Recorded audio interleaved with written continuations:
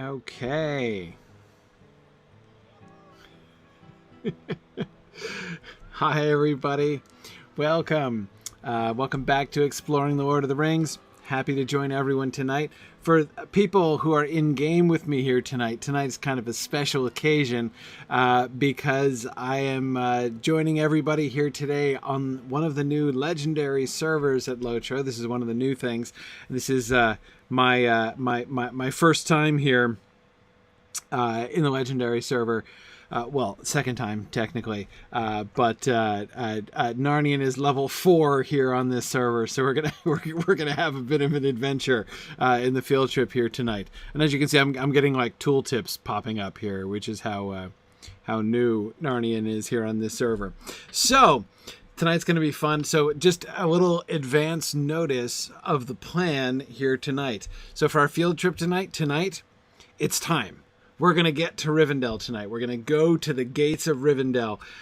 So I'm going to run to the gates of Rivendell from Bree at level 4, and I don't have a horse. Well, at least I do have horses, but I don't have the riding skill. So I'm going to run on foot from Bree to Rivendell at level 4 tonight. That's what's happening for our field trip. So this way, I was figuring this would be good, right? This would be appropriate because it would enable us to kind of recapture some of that impending sense of doom and despair, right, which Frodo is struggling against at many points. When I'm thinking about, of course, ahead to to Elrond's comment that few have ever come there on a journey more dangerous and on a journey an errand more urgent, right? Well, my errand might not be quite as urgent as Frodo's, but my peril will be at least similar. So anyway, that's the plan. So just to warn you guys, and so this also means I'm going to try to end class a little bit early so that I can get to Rivendell, hopefully, and not get killed by a lynx 100 yards, 100 meters, away from the gates to Rivendell. So, yeah, Zach, no, we're not going to travel by suicide tonight because if I die, I'm going to reappear all the way back in Bree. So death is definitely not a way to make my travel more efficient on this particular evening. All right. Okay. So that's the plan. So that's going to be fun. So for those of you who have never seen anything like this, you might want to stick around for the field trip tonight. Okay. All right.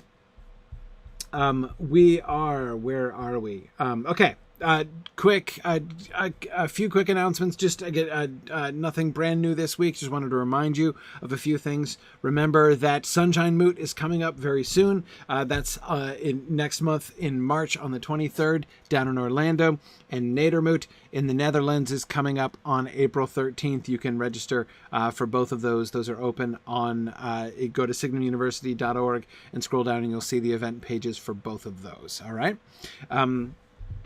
Also, the early bird pricing for Mythmoot registration expires in like a month, around the beginning of March. So definitely want to move on that sooner or later. Sooner than later, rather. I should say later is probably less good than sooner when it comes to that. Okay, so those are the quick announcements today. So today we're looking back from across the border. Okay, we crossed the boundary last time, and we this time, of course, we spent a lot of time, which I really enjoyed looking at that slide. Anyway, so I definitely want to be thinking about what happens now. We spent a lot of time looking at the importance of that moment. He's in the river, right? So now what happens? Now he's across the boundary, right? So that's it, right? He's arrived. He's won, sort of. Anyway, that's what we're going to be looking at tonight. Now, so I was like, okay, we're like 4 slides away from the end of this chapter. Tonight, we're just gonna get right at it. So I went into my prep and I'm like, okay, I'm going to try not to do any questions tonight, because, so only if they're like really, really super good. And then, of course, like all of them were really, really super good. Anyway, so I'm doing two of them anyway. Matt had a great observation about Frodo's will, which I just thought really emphasized some things that we were talking about last week. He said, we've been thinking a lot about the way in which the Witch King puts forth his power to overwhelm Frodo and the other hobbits.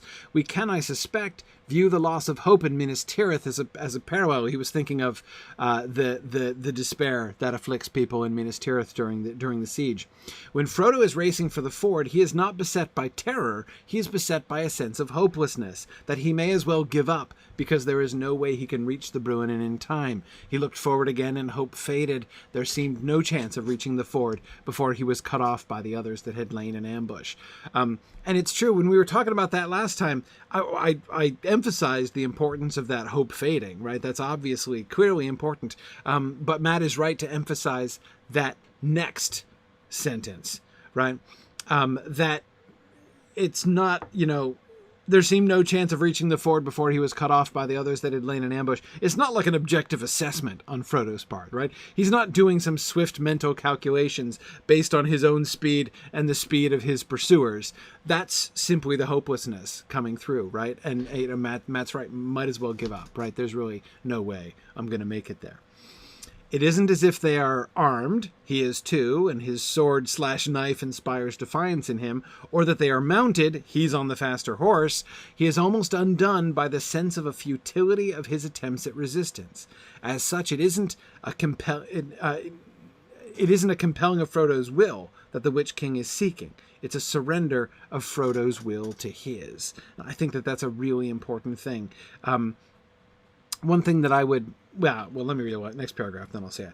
I think this makes Glorfindel's choice to put him on Asphaleth. The Elfhorth is not subject to despair, or the Witch King doesn't think to target him. That is, the horse, right? I'm inclined to think that Asphaleth resists or defies him, believing in his ability to win the race, although that might just be a need to have him counted one worthy of traveling with Bill. True enough. Yeah, I agree. And I think that this is another thing that really does help to emphasize the significance of Glorfindel's choice to put him on the horse, right? It's not only a pragmatic thing. And again, coming back to the point that I was making before about Frodo's will, is he going to stop? Is he going to turn? Is he going to give up? Is he going to surrender? Is another really good way of thinking about that. And the primary thing that I think, that this really made me think of, Matt, and in part it was your own thinking forward towards Gondor and stuff, giving me some distinct book 5 and 6 thoughts, right, as I was reflecting on this. And the interesting thing to me is we can see here the parallel, right? The parallel between what Frodo is experiencing and what he accomplishes here as he's approaching the ford, and what he is experiencing and what he accomplishes as he's approaching Mount Doom at the end, right? His will is under siege, and he is resisting. He succeeds in not surrendering his will, right? In not giving in. Now, eventually, he won't be able... There's a limit to how far he can resist, right? The power of the enemy is capable of overwhelming him in the end, right? His job, Frodo's job here, is not to be stronger than the Witch King. It's not to beat the Witch King. It is to hold out against the Witch King longer than anybody would expect him to be able to hold out, right? And that's exactly what's going to happen with Frodo and the ring. Eventually, he's going to be, just as he would have been overcome by this wound had it gone on very much longer before Elrond healed him, right? He would have been overcome. The wound would have taken him out eventually, right? And he was quite close to that, we're going to be told. So too, the ring overcomes him in the end, and his own will is in the end dominated by the ring when he gets to the cracks of doom. But he held out against it longer than anyone could have as long as anyone could possibly have done, right? And this is his job, and there's a cost to it, right? As we're going to see, he's this wound, right, that he's experienced is not ever gonna totally heal. This is one of those wounds that he still bears, that he is going to have a hard time living with, in the years after the destruction of the ring, even. But he succeeds, right? And so I think that Matt is really right to draw attention to the sort of what's at stake here, right? And it really is about, in a sense, with Frodo, it's not about the confrontation of evil, right? Standing up to evil. It's just about not giving in, right? Not letting go, not submitting, not surrendering his will, as Matt says. Yeah, absolutely. Yes, Lady Schmabjok, you're right. Asphalloth is much better at resisting despair. Certainly does better than Artax does. You're right. Yeah. Belongsman says that Sam is totally like Asphalloth on Mount Doom. Yeah, absolutely. Right. Just as Glorfindel puts Frodo on Asphalloth's back so that he can get to the ford, so Sam puts Frodo on his own back, right, in order to get him up the mountain. Exactly it. Yeah, good. Now, for Thorlus, it is interesting. For Thorlus says, I wonder if there's a case to be made that Frodo's struggle with the shard toughened him and helped prepare him to resist the ring. I wonder, I mean, you could argue that it weakened him, right? I mean, again, he's still, wounded by it. He's still damaged by it. And he's changed in some ways. I don't know if it toughened him or not, but it certainly helps to prepare us, I think. And this is one of those ways, and there are bunches of these, right? One of the this is one of those times when there's a lot that we can see here that we wouldn't normally be able to see on our first read, right? But when we come back and we see, knowing what happens at the end, having seen Frodo approaching Mount Doom, and when we come back and look at this moment, we can really begin to see some parallels there. And our understanding of what's going on with Frodo under the influence of the shard of the blade here is, I think, really assisted, really informed by our understanding of what happens to him at the end there. Yeah, and that's interesting. Trifle is recalling Sam's statement that they've all had some learning, right? They've all learned a thing or two since they left the Shire. Schooling, wasn't that the word? Doesn't he say schooling? Which is interesting, isn't it? Doesn't he say schooling? Anyway, I do wonder if he's partially thinking of this. It is schooling. Okay, I thought it was schooling. Which, considering our discussion of schools in the Shire, is an interesting word for Sam to use, right? Remember Sam with his hands behind him as if he were at school, right? Anyway, sorry. But yeah, no, but Trifle, I don't mean to nitpick on the word. It just struck me. I was recalling that discussion that we had a year and a half ago. Anyway, yeah. No, I agree. They've all been changed, right? Frodo's change there is a little bit more. I don't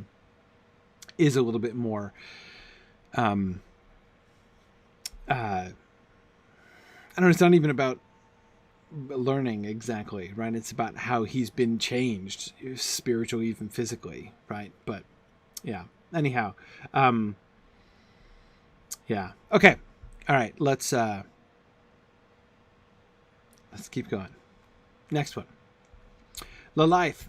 Lilith made a wonderful comment. Are you here tonight, Lilith? You are. Great. This is just brilliant, Lilith. Thank you for this. To what extent is Frodo, by crossing the ford, reaching safety? And to what extent is he crossing a boundary into further danger from a literary standpoint?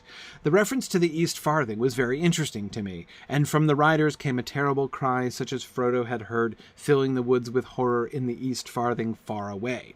It felt a bit out of place at first, and then I thought that perhaps this is a way for us to gain perspective on the situation. At the allusion to the cries heard in the East Farthing far away, I was instantly reminded of how distant from his starting point and the safety and coziness of the Shire Frodo really is. It provides a bigger lens on how big of a predicament he's in. then he could no longer see his friends. And as we discussed in class, there's a whole lot of significance there too. He's getting further from his friends, spiritually and physically, in this moment, but also in the larger scope of the story. Although he will meet them again in Rivendell, could this be foreshadowing the fact that his journey will eventually lead him away even further from his friends? The entire Battle of the Ford is also one of the first moments Frodo is truly alone, other than Asphaleth and the river itself, and he is experiencing independence in the face of the Nazgul. So while reaching a safe haven, I would say Frodo is also, in a broader and more literary sense, crossing a boundary into a more grave and lonely situation. This is really, really, really, really good. Now, when we were talking about the crossing of the boundary last week, spent a lot of time emphasizing, of course, as makes sense, the fact that it's safety, right? Safety, health, healing, help, right? That he's going to get in Rivendell. Versus, despair and, death and enslavement. Are the Black Riders going to catch him? Is he going to get to the ford? And, all the way in which that, that final boundary crossing, right, is happening. But you're absolutely right, Lilith. Although, I still think that's what the boundary seems to represent, right? He's racing for safety. I do think, again, it's another moment where it's really fruitful to think about this in the larger context of the story that we know is happening. Just as Bilbo was, he is also, by crossing a boundary, right? He is also getting further, this crossing yet another boundary between him and his home, right? The East Farthing far away is really good. I skipped over the East Farthing far away, that phrase, mostly because I think I take that phrase for granted because it gets used several times. That cry, and we talked about this at the time when we were looking at this back in the beginning of chapter 4. But that moment when they hear the cry of the Black Rider for the first time in the East Farthing under Woodhall, it gets alluded to on multiple occasions, like at least 3 times later on throughout The Lord of the Rings. But so when we got it, this was, the first time we got that. And that's what I was primarily thinking of. But you're right, that crossing, the distance that is emphasized between him and his home. And by crossing a boundary here, he's only leaving it further and further behind. And you're right that although, of course, in one and sort of, immediate sense, he's going into safety, he is also going into further danger. We know he is crossing a line which he's, and it's not just like the line to Rivendell, but remember, he's not coming back from this, not completely. And he has had a foreboding of that from the very beginning, right? To go there and not come back again as far as he can see, right? Now, Trifle, I agree. There is a sense in which he's crossing into Fairy too. The borders of Fairy, that's one of Tolkien's favorite kind of boundary issues, right? And there are lots of times when we get that kind of boundary crossing, that particular boundary crossing, the crossing of the rather peculiar boundary of Fairy, is a major theme in Tolkien's stories. And of course, I think that would be a relevant thing to be thinking about, even if we weren't crossing into Rivendell, right, into a particular elf place. So he is, in fact, crossing into one of the fairy places, lowercase f, right? So yes, it's certainly relevant to think about that here. And there's always danger involved in that, right? Yes, the elves are good, right? But, you don't always come back from that, right? So yes, I do think that it's very appropriate for us to be thinking about what this boundary means, not only in those terms, which do seem to me the most immediately pressing ones, and especially on the gallop up, as we were looking at over the last couple weeks. That the imminent danger, the call of the riders for him to stop, Glorfindel and Asphaleth trying to convey him forwards. there's that one and most immediate sense in which the choice, right, is between light and darkness, between fear, between despair and hope, between submitting to the will of the enemy and escaping to a place of healing. And yet, you're absolutely right. At the same time, really overlaying that, we get this sense of this reminder: he's going deeper and deeper, right? Further and further away from home, more and more into danger, different kinds of danger, right? That's the world that he's in now. That's the exile that he has entered, that he himself saw himself entering, right? Back in chapter 2. That's the way that he thought about it. So, Lilith, let's see, it's also the border of the Wilderlands, sort of. Yeah, I mean, one of the things that we see in The Hobbit, certainly, is that Rivendell itself is a kind of boundary, right? It's the last homely house if you're going that way. It's the first homely house if you're coming the other way. But it is definitely the transition point between the wild and the comparatively tamer lands, right? But it is on the boundary of the wild. And after you leave Rivendell is when you enter the wild in The Hobbit, right? Now, Rivendell as we'll have to see if we think that Rivendell is being used as that kind of a larger boundary space in The Lord of the Rings as well as it was in The Hobbit. I'm not 100% sure here, especially since, one of the things that's been so very different about the role of Rivendell in the sort of economy of this entire story is that it's been the destination, right? They've been aiming for Rivendell the whole time, whereas it was only just a stop off, right? This like the rest area on the way to the wild and beyond, right? With the destination of the Lonely Mountain, right? So, yeah. Anyway, yes. And Trifle, that is a good way to think of it too. Trifle says that Rivendell is also the first real tie, barring the ring itself, to the great stories, right? Yes. Frodo's tale is intersecting with a lot of other stories there. And of course, that's one of the things, Trifle, that I think we're going to see. That's one way of thinking about the Many Meetings chapter, right? Many Meetings. That sort of semi-mythical thing at the beginning of book 2, which I know has seemed so distant for so long and seems not to be getting much closer no matter how fast we gallop. Anyway, yeah, Eternal Cow, Rivendell really is a cauldron of story, and we can see those things coming together.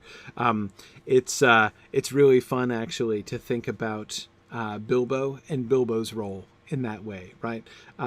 Bilbo is stirring the pot, right, of the cauldron of story in Rivendell. That's one of his roles. Okay, all right. But anyway, thanks, Lilith, for pointing that out. Really great way to be thinking about the boundary there that we were looking at last time, and I think it's really good to sort of back up a little bit and think about it from that direction. Yeah, good. Okay, back to the text. The boundary is crossed. Frodo heard the splash of water. It foamed about his feet. He felt the quick heave and surge as the horse left the river and struggled up the stony path. He was climbing the steep bank. He was across the ford. But the pursuers were close behind. At the top of the bank the horse halted and turned about, neighing fiercely. There were 9 riders at the water's edge below, and Frodo's spirit quailed before the threat of their uplifted faces. He knew of nothing that would prevent them from crossing as easily as he had done, and he felt that it was useless to try to escape over the long, uncertain path from the ford to the edge of Rivendell, if once the riders crossed. In any case, he felt that he was commanded urgently to halt. Hatred again stirred in him, but he had no longer the strength to refuse. Okay.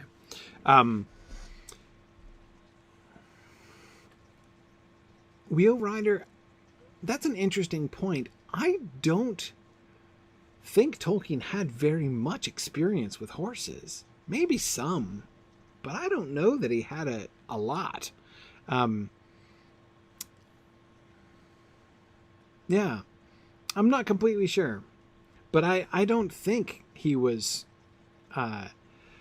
intimately involved. I mean, I was thinking about his war experience too, but he was a signaler. I mean, he wasn't I'm not sure how much time he would have spent on horseback in World War II, or in World War One. I mean, maybe. I mean, there were definitely horses around, but again, the question is how much time did he spend riding? And I'm not 100% sure. I'm trying to remember any like definite moments that would have been having him on horseback a lot. But yeah. Anyway, okay. Yeah, no, see, Penloth, he wasn't exactly a messenger. He was a signaler, right? Which is different. He was conveying and receiving signals. So he was in charge of communications, but he wasn't running messages in exactly that way. Anyway, okay. Armabwed. Asphiloth's actions here are very interesting to me too. On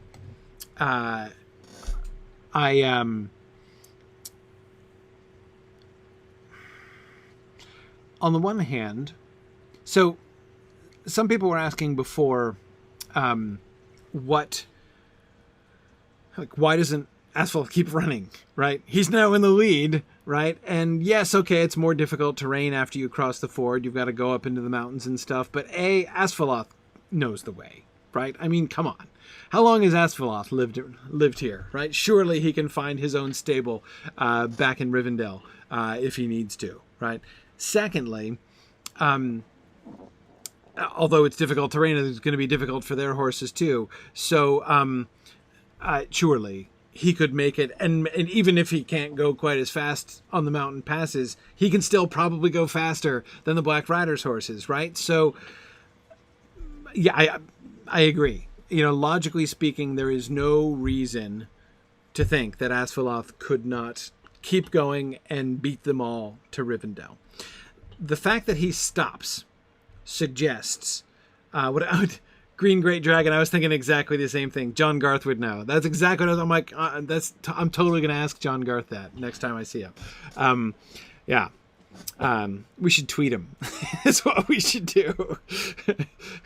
At John Garth Writer. How often was Tolkien on horseback? Somebody tweet John Garth. Because, come on, John, it's what? 3 o'clock in the morning? Surely he can hop on Twitter and answer our question. So yeah, he doesn't just stop, right? He doesn't just stop, but he stops and he turns about, neighing fiercely. So Asphiloth turns defiantly at the Black Riders, and so Tamar's saying a fierce neighing is an odd thing for a horse. Okay. I know, I'm not exactly sure what Tolkien's experience with horses was, but I know that mine is very little. So I guess it depends. I was kind of thinking trifle the same thing. If Asphiloth is a stallion, he could be fairly aggressive, right? But still, it's certainly a change in strategy for Asphiloth, right? Yeah, for Thoughtless, this is my question too. Does he know what's coming? How detailed are Asphiloth's instructions from Glorfindel here, right? Has he received some kind of instruction that says, get to the other side of the ford and stop there, right? Because, of course, as we know, knowing what is about to happen in the next few paragraphs, we know that it is actually essential that Asphiloth stops. Had the horse continued, right? Had he gone racing up the mountain paths, leading the Black Riders on a merry chase, they wouldn't have been in the ford, right? So Asphiloth is certainly acting as if he knows what's coming, or at least his actions are clearly, they are as if calculated to have the greatest effect, right? To keep them in the ford. So it leads me to suspect that Glorfindel is either somehow in connection with him, right? Or he received some kind of instructions in this. Yeah, Nahor, exactly. Are we sure Norolim doesn't actually mean run to the top of the bank, then stop and neigh fiercely? I think that's just kind of implied. I think that, he could tell that that's what Glorfindel meant, right, when he said that. And Tamara, I agree. Asphalloth versus Shadowfax would be a really interesting race, wouldn't it? Shadowfax is the fastest of all horses, but Asphalloth is an elf horse, right? I'm not sure he's quite exactly the same species as Shadowfax. I'm not sure that he's necessarily included in that.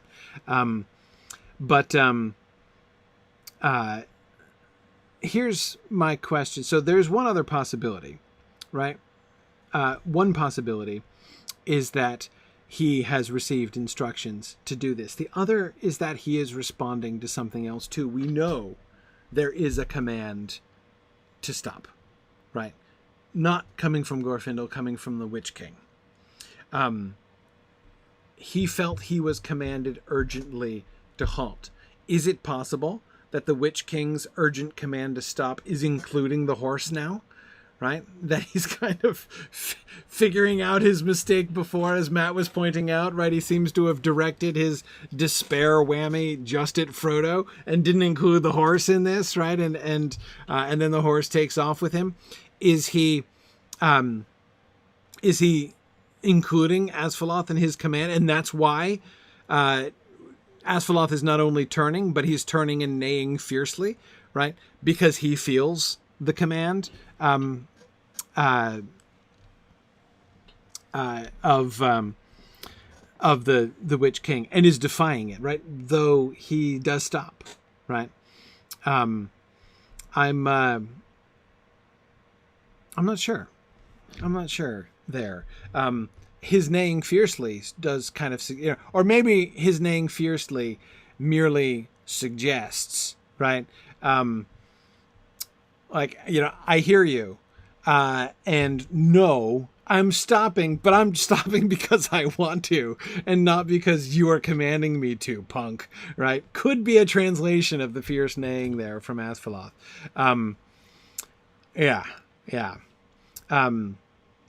Karita assumes the horse is being territorial. Possibly. I can imagine that.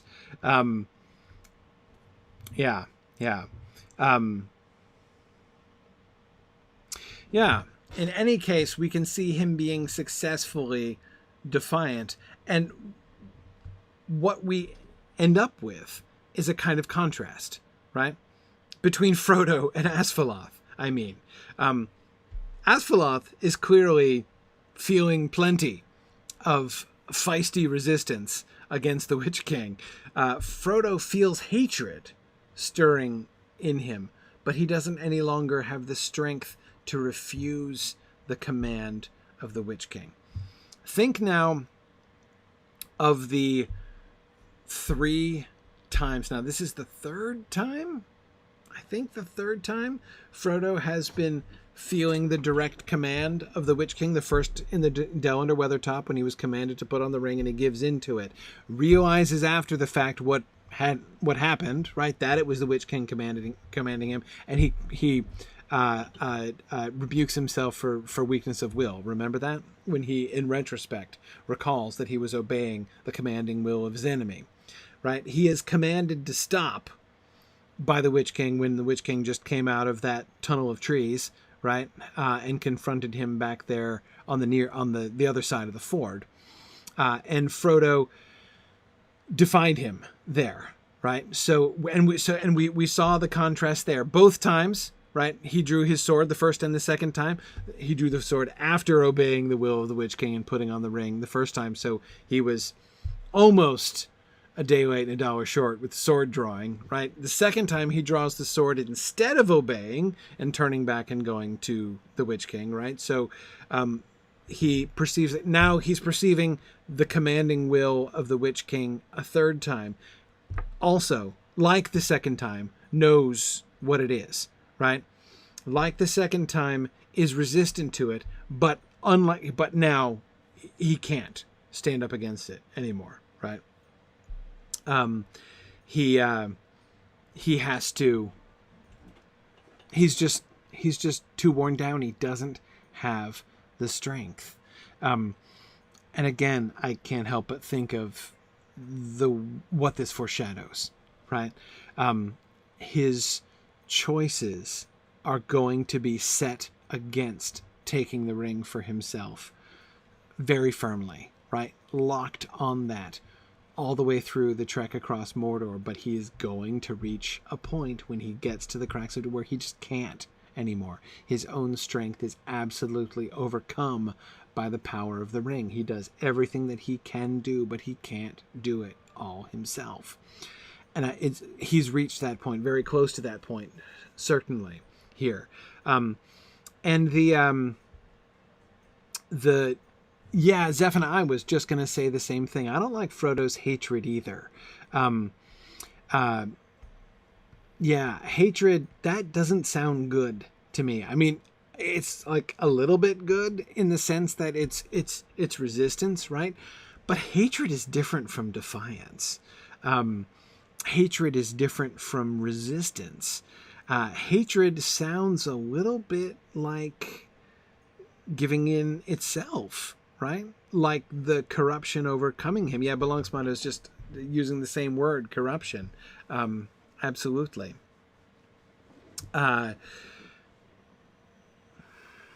Lilith, it's almost as if in hating the Witch King, he is trying to use the weapons of the enemy against him, right? Which is not usually a good call. Unless it's, Oathbreakers, in which case that's okay, apparently.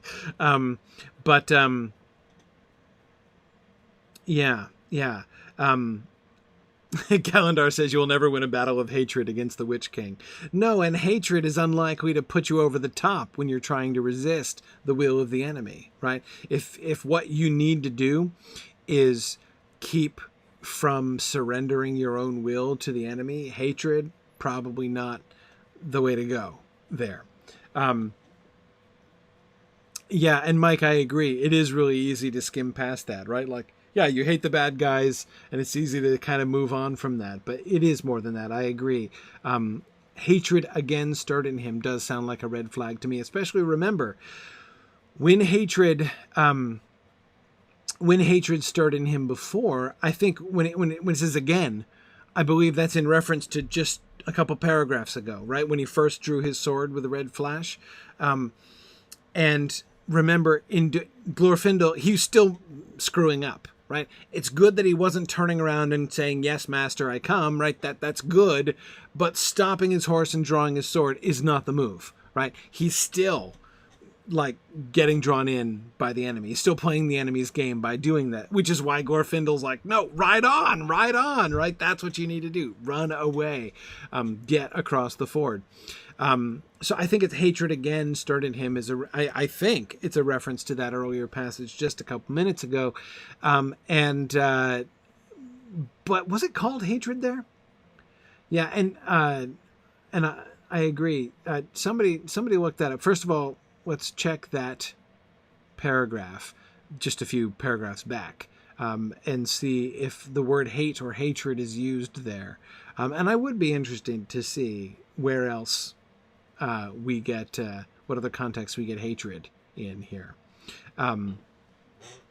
Is there good reason to are we justified in seeing that as a red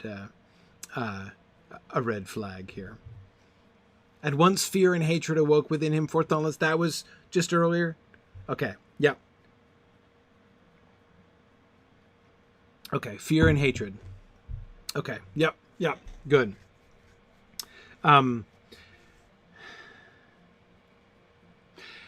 Yes. So Ambrosius Aurelianus, you're right that hatred of evil is good, but hatred of evildoers is where things get tricky, right? This is where pity comes in, right? If you respond in hatred instead of pity, then that's generally trouble. Right? Yes, Penloth points out that Yoda went over all of this. Yeah, absolutely. Absolutely. Yeah, yeah. Yeah, good. Yes, Gandalf talking about Gollum is a great example of hatred of evil versus of the evildoer. Yes, yes. Yep, yep. No, that's clearly clearly an important distinction, I believe here. Be interested to see a full study of that. See if we can get places where hating people is not clearly a red flag here. Of course, remember, I'm tempted, of course, to go to a passage we'll get to sooner than you know it, when all of the hobbits are calling out for the death of Sharky, right, at the end, and Frodo shows pity, right, trying to steer the hobbits away from hatred and vengeance. And that clearly seems important. Spoiler alert. Exactly, JJ. Yeah. Yeah. Anyway, okay. All 9 riders are at the water's edge. Notice we get that same note of Matt's despair, right? The despair Matt was talking about in that earlier slide. He knew of nothing that would prevent them from crossing as easily as he had done, and he felt that it was useless to try to escape over the long, uncertain path from the ford to the edge of Rivendell if once the riders crossed. That, I think, is pretty an even clearer indicator than the one that we had before, right? This is not about an objective assessment of the odds. Again, I think an objective assessment of the odds say, it's looking pretty good, Frodo, actually. I mean, it's proven that your horse is way faster than their horses, and your horse knows the territory anyway, right? Just tell Asphalt to go home really fast, Norlim already, right? And off we go. How are they going to possibly keep up? What can they possibly do? They've got no missile weapons, right? It's going to be fine. But anyhow, so yeah, I think that his despair here, it's useless. There's no point in even trying, right? That, I think, is about that boomful, exactly, the Wraith whammy there.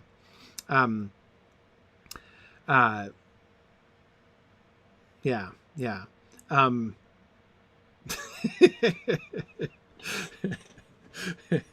Rinru says, it's the first time I've heard 2040 referred to as sooner than you know it. Exactly. What actually is our pace, by the way? And I forget, who was it who posted that awesome graph of our progress so far? Can somebody do the math to project if we continue at this pace exactly when that's going to... It was Evil Dr. Cannon, of course it was. Yeah. Anyway, I'd be interested to see where we're actually something like 2030 without appendices. That's good. That's not bad. That's not bad. It's barely over a decade from now. Anyway, okay. But of course, he knew of nothing that would prevent them from crossing as easily as he had done. It's interesting that we see them stop here, right? So on the one hand, they he doesn't know anything that would prevent them from crossing as easily, but there are, right? And we know there are. And I'm not talking about the flood that's about to come down, right? They could be excused for not knowing that a flood was going to come down. That's, fairly dramatic and probably hasn't happened too often. So, this is a bit of a surprise move by Elrond.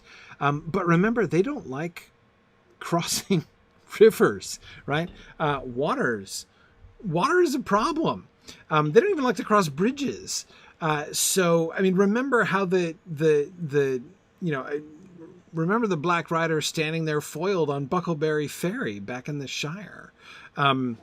So it's, water is Water is an issue. They would not be enthusiastic about a ford, even if it were a normal ford, right? And this, of course, is not a normal ford. In context, the most important thing here that I think that we get is, again, as we were discussing all last week, about the boundary, right? They are on the other side of the boundary. They, we've talked already about what it means, right? What it means for Frodo to cross the boundary.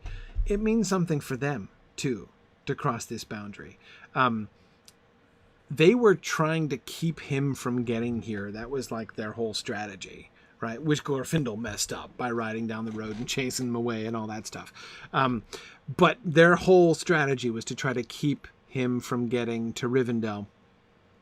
And now they are confronted with the question, do they invade Rivendell? That's kind of a big deal, right? Invading Rivendell is kind of a big deal.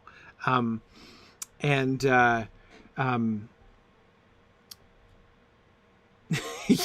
Rothgar says that the Witch King is between the Glorfindel and the shallow blue river. Yeah, exactly. Exactly. So anyhow, there's, yes, Ardencran, you are right in remembering old legends about in Bram Stoker's Dracula, vampires are unable to cross running water except at the turning of the tide. Lots of old fairy tale traditions about the importance of rivers and things being unable to cross running water is a common motif. Anyway, yeah, this is a big boundary for them to cross. Even if a flood weren't, in fact, already on its way down to wipe them out, or about to be released to wipe them out, it would be a big deal for them to cross this particular boundary and enter into the land of their enemies. Elrond is going to feel fairly confident that if Sauron himself came and attempted to invade Rivendell, he would not be able to fend him off. But remember also the comment in The Hobbit, evil things do not come into this valley, right? It's a big deal. There is much more here than meets the eye. Frodo's like, but the water's really shallow, right? Why wouldn't they just ride across? He's thinking only in physical terms, only in practical terms. This is much more than that, right? Yeah.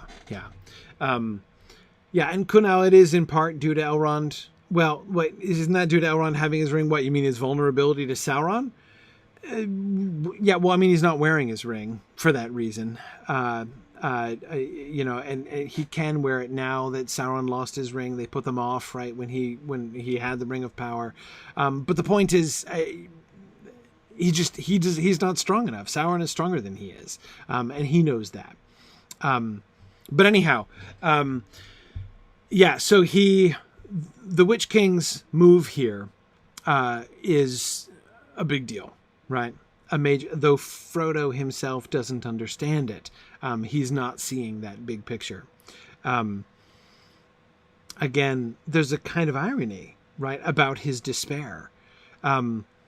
He doesn't realize there's a very real sense in which the deck is really stacked in his favor here. Not only does he have the faster horse who knows the territory, and now he's got a head start, right? Now he's legitimately in the lead, right?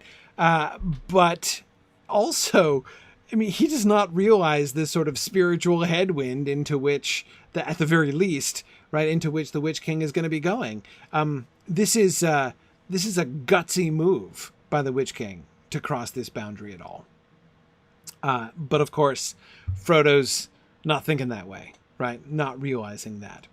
And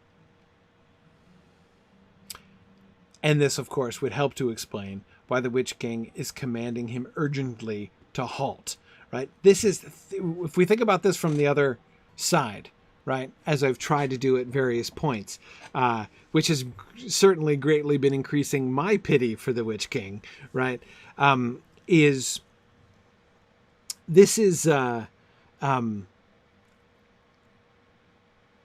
he's in a bad place, the Witch King, right? I mean, this is his last shot. His last shot is to try to get... He's this close to losing, and he knows it, right? If the elf horse turns around and hightails it towards Rivendell, what's he going to do? What can he do, right? I mean, he's the one who sort of should be on the brink of despair, right? He is playing his last card here in his urgent command for Frodo to halt. His only hope is that he can get Frodo to stop and even cross back towards him, right? That's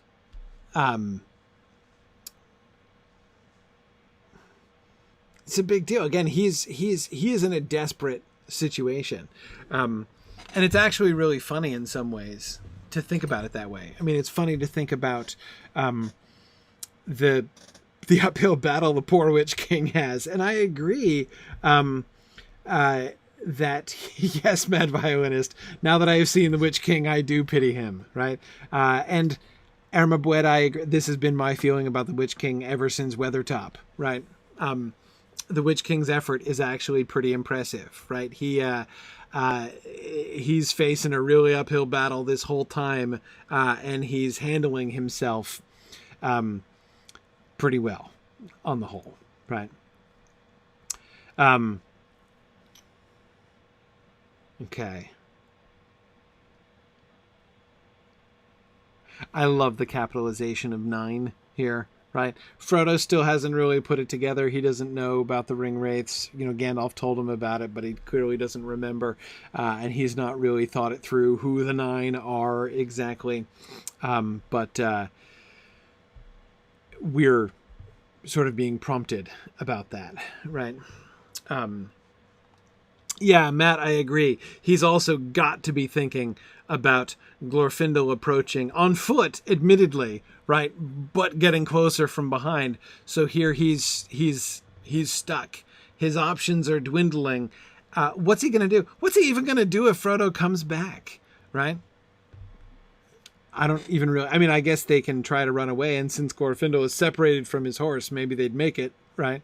But yeah, he's... it's a tough place for him. Okay. Suddenly the foremost rider spurred his horse forward. His decision is made, right? It checked at the water and reared up. With a great effort, Frodo sat upright and brandished his sword. "Go back," he cried. "Go back to the land of Mordor and follow me no more." His voice sounded thin and shrill in his own ears. The riders halted, but Frodo had not the power of Bombadil. His enemies laughed at him with a harsh and chilling laughter. Come back, they called. "To Mordor we will take you." "Go back," he whispered. The ring, they cried with deadly voices, and immediately their leader urged his horse forward into the water, followed closely by 2 others. "By Elbereth and Luthien the Fair," said Frodo with a last effort, lifting up his sword, "you shall have neither the ring nor me." Okay. So, JJ, I always found that line, "but Frodo had not the power of Bombadil," very confusing. Like, I mean, yeah, Tom Bombadil has a lot of power, and, you know, all I was thinking here was of the Barrow-wight, right? And the way that he manages to banish the Barrow-wight. And, you know, so "get out, you old wight, vanish in the sunlight" isn't panning out for Frodo the way that it did for Tom Bombadil, right? Was what I always sort of imagined here. But yeah, Bruce, it's exactly, since we did our study of the Return of the Shadow in the Mythgard Academy series, this line has made a lot more sense if you know the earlier drafts, because of course in the very first draft when they actually got past Bree and out towards Rivendell, Tom Bombadil had a confrontation with the Black Riders, because way back in the old days, the Black Riders were barrow wights, like they were the same thing. Whites on horses is what the Black Riders were, and there is a moment when the Black Riders approach them when they're in the company of Tom Bombadil, and Tom Bombadil stands up and tells them to run to go away, and they do. They obey him, right? So then the second time when they catch up with him at the ford, and he says, go back to the land of Mordor and follow me no more, he is sort of deliberately paralleling what Tom Bombadil says to them when he met them earlier before, and they obeyed him, but they don't obey Frodo. So the line makes enormous sense in its original context, and no longer makes quite as much sense lingering on as it does. Now, again, the reason that Tolkien kept it does seem pretty clear. It still works, as I said before, right? We have seen Tom command Old Man Willow and be obeyed, command the Barrow Wight and be obeyed, and even in a sense, this is stretching it a little bit, but almost command the ring and be obeyed, right? Or at least the ring had no power over him, right? So we have seen Tom Bombadil's authority enough to know what this means. It still conveys something. It's just not quite as direct a parallel there. And Hrothgar, I also think that that's really interesting. Frodo's voice being thin and shrill. Yeah, it does sound a little bit Wraith-like, right? Thin seems... now, on the one hand, it just means he's weak, right? But that is, he's feeling weak. But yes, I think that the way in which his own voice sounds a little wraithish is concerning, at the least. And James, again, I don't want to be unfair to Frodo here. He is weak. He's wounded, right? The guy can probably barely breathe at this point, and is certainly in a great deal of pain. But he is trying, and I agree with you, Fourth Dauntless. Fourth Dauntless says that had not the power of Bombadil is also kind of the opposite of damning with faint praise, right? The wraiths do stop, even if only for a moment. And I think it's interesting to watch that, right? So the Witch King spurs his horse forward. He doesn't enter the Witch King says, go forward to his horse. And the horse says, no, right? The horse refuses to enter. And that's interesting. It's not the will of the wraith, which balks, which, in the end here, at entering the ford, it's the horse who does. Which I think is interesting, right? Can the horse sense that, his rider's nervousness, his rider's uneasiness about the ford? Possibly. And yes, Mad Violinist, I was also thinking that the two others who come along with him, flanking him, probably are those two other ring wraiths who entered the dell under Weathertop, right? There's definitely some... Certainly, we can see the parallel there, right?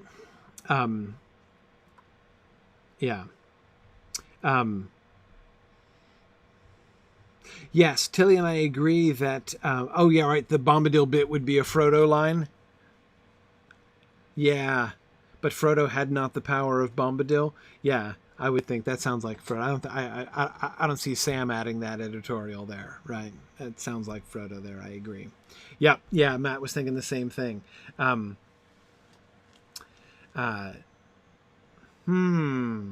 Matt's thinking, though, that it doesn't... Would Frodo have called him Bombadil?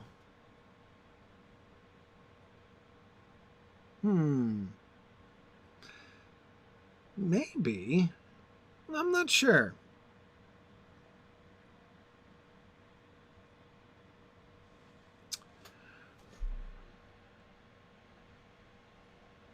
I think he might.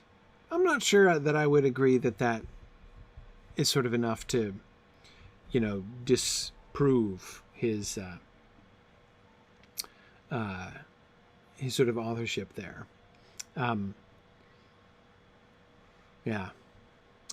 So Eric Crouch is saying that horses are very adept at sensing danger. Now the danger isn't there yet. The flood isn't released until the Witch King enters the ford. So while the horse is still balking, the flood isn't coming yet. But again, I think that it can probably tell that its rider is pretty convinced that something bad might happen if it goes into the ford. Yeah. Matt Violinist says, it is of a piece with Frodo underestimating the quality of his resistance under Weathertop. I agree. But notice how his enemies laugh at him here. Vermont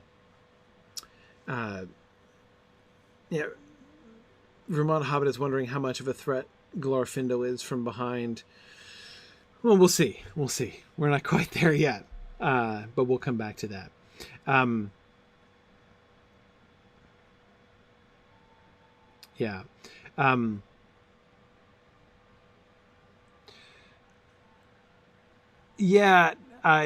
Thunderheart, I do agree that I think that that Thin and Shrill is not necessarily a description of how his voice actually sounded objectively, but of his perception of his own voice. So perhaps it does tell us less about the timbre of his voice and more about the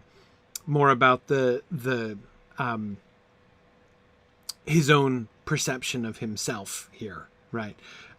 It's how it sounded in his own ears, and the weakness and sort of pitifulness of his own voice, right?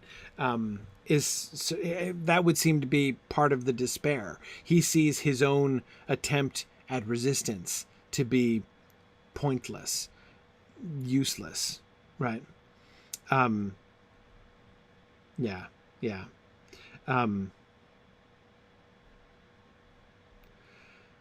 Good. Fourth Dauntless, I was going to point that out too, that the E-bomb doesn't work here, right? It's not just about saying the name, clearly, right? You can say by Elbereth and Luthien the Fair. Now, I'm not saying that isn't necessarily a good thing to say. I'm not saying it has no impact, but it certainly does not have the impact that it did before, right? Yeah. Yeah,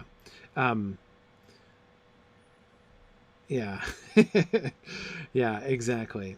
Tillian,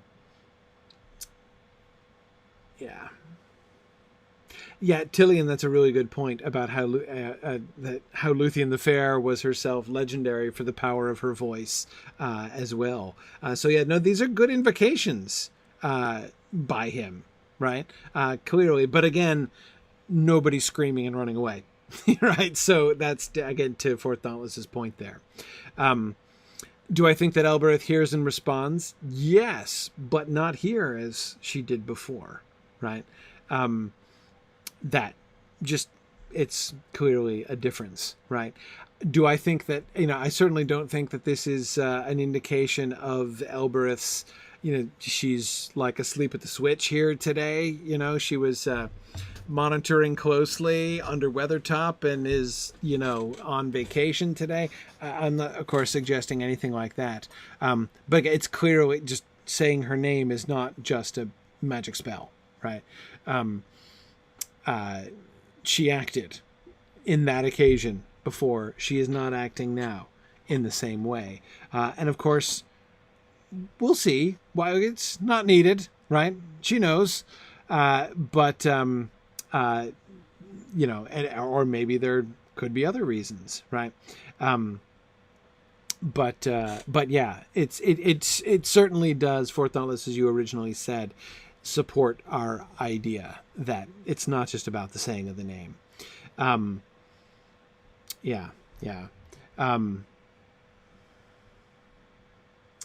Interesting. Crystal points out that Frodo's mention of Elbereth and Luthien annoyed the Witch King. He shuts Frodo up right after that. Yes. So look at the way that the conversation goes, right? Joe Bain suggests that you can only drop the E-bomb, once between long rests, right? He hasn't really had a good long rest since the last one, so he didn't reset. Makes perfect sense to me. Look at how the conversation goes, right? Remember, hatred was stirring in him, but he didn't have the strength to resist the command. So notice the state that he is in, right? He wasn't strong enough to just refuse the command of the Witch King. He obeyed, and that command was to stop. So he stopped. But he does still have the spirit not only to hate the Witch King, as we saw, which is potentially dubious, but still spirited, right? It's kind of in the right direction, though it's also kind of not in the right direction. But it's possibly corrupt. But again, at least he's resisting, right? And we see him resisting here in a very similar way to as he did when he was wearing the ring, right? Sitting upright and brandishing that sword, which does seem to give Ringwraiths pause. Zephan, I'm going to come back to your stats here in a second.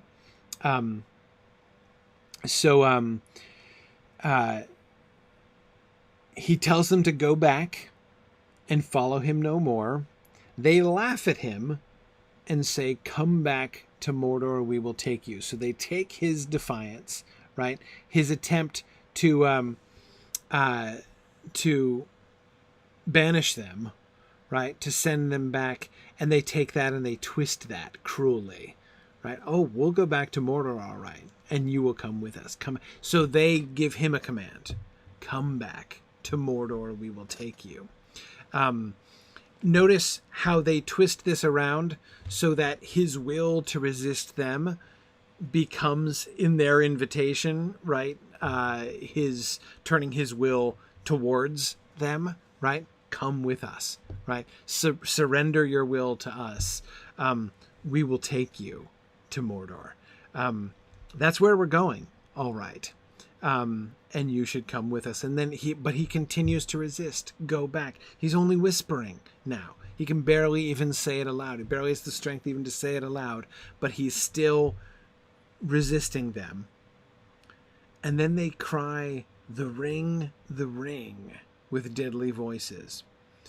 And immediately their leader urged his horse forward into the water. So the Witch King enters the ford as they're crying out, the ring. And that's when Frodo makes his invocation. And notice the shape of it. By Elbereth and Luthien the Fair, you shall have neither the ring nor me.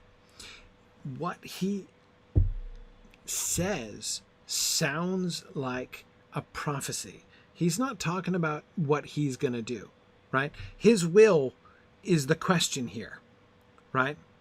Will he surrender to them? Will he do what he is commanded to do? Come back to Mordor, we will take you, right?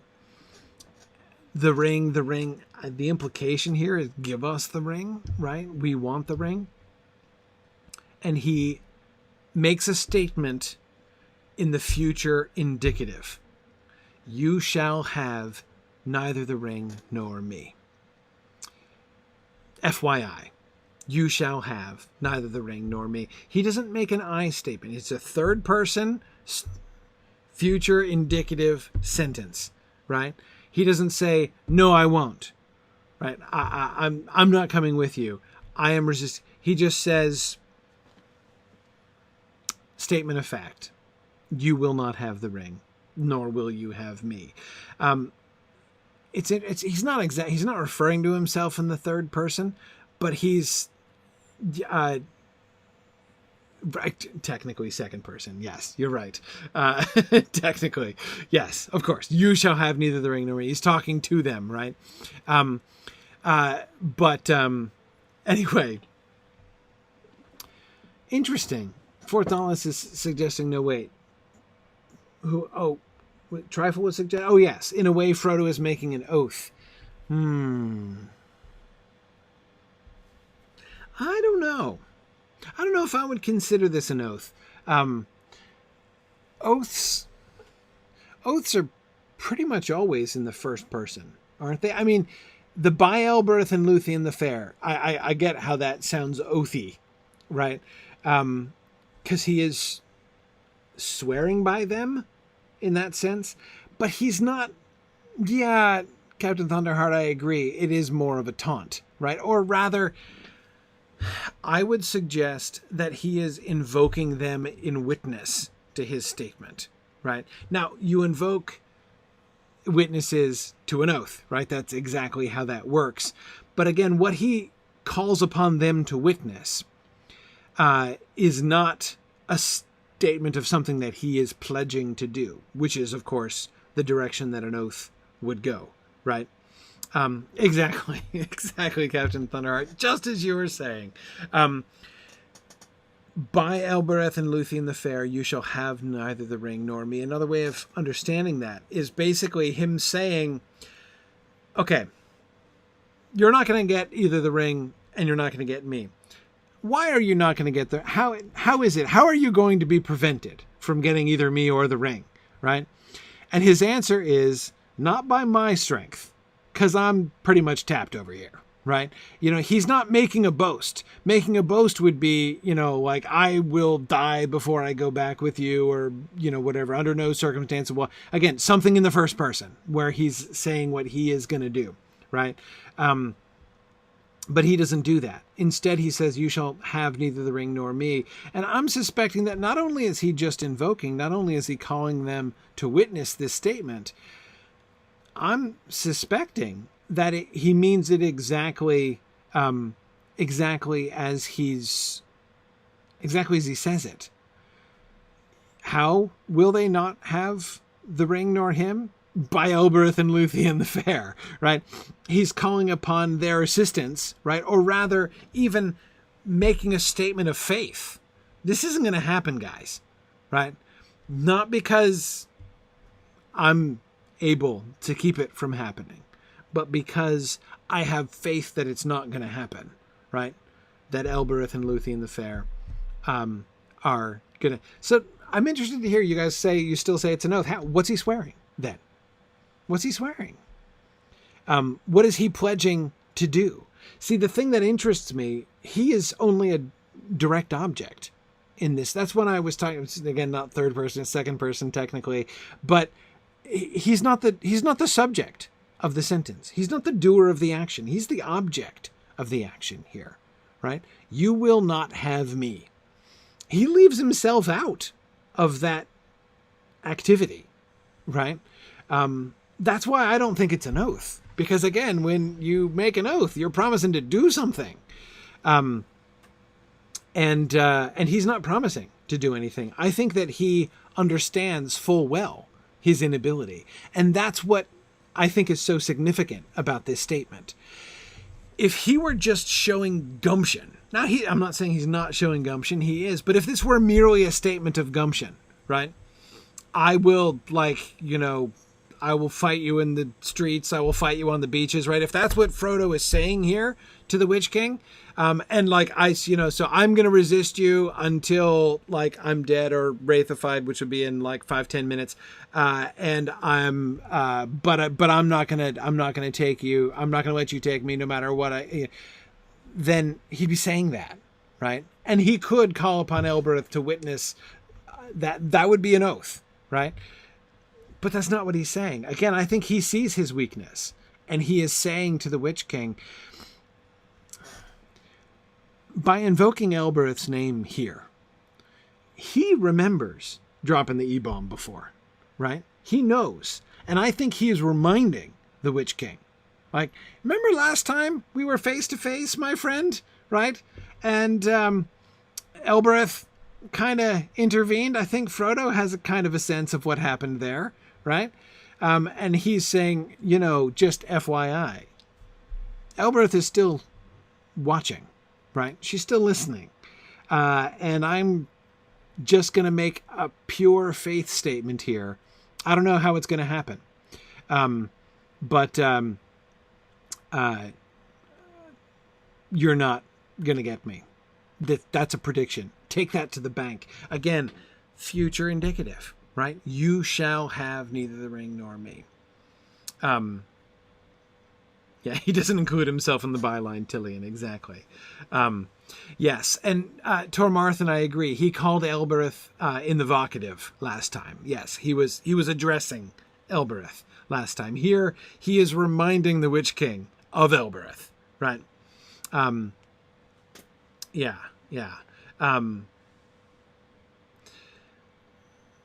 Yes, Kimber, that is how it sounds to me. He trusts in Elbereth and Luthien as his intercessors, their powers, not his. Yeah. No, it sounds like that to me. Luke is saying that it sounds very much, it's very much Tolkien's Catholicity coming through. Yeah. The thinking of them as intercessors and invoking them as intercessors. Yeah. No, that does sound like that. See, Trifle, this is an interesting contrast, because you're absolutely right. It is also kind of like when Gandalf says, "Your staff is broken," right? Statement of it's indicative, right? Not a command, right? Not a threat. Just FYI, your staff is broken, right? But that's present indicative, right? Your staff is broken. He's decreeing that, and as of that moment when he says it, it is presently true. Right? And it happens immediately. The future tense, that's faith. That's where the faith comes in, right? Frodo doesn't know what's going to happen. Frodo has no, and we've seen Frodo struggling with despair, right? His hope is what is being, it seems, primarily targeted by the Witch King. He not only has no idea what's going to happen, we've no reason to think he's feeling bright and cheerful about his prospects. He seems, in fact, to have a much less sanguine assessment of his odds than I think is even realistic. But he makes this statement of faith, right? You shall have neither the ring nor me. No idea what's going to stop you. You could just walk. We're standing here like a couple yards apart. There's nothing that I can see that's going to stop you from walking over here, and I can't resist you anymore, right? But nevertheless, I'm just going to tell you, you're not going to have either the ring or me. Yeah.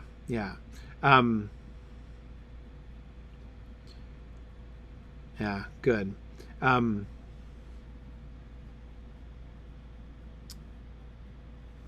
Excellent. Okay.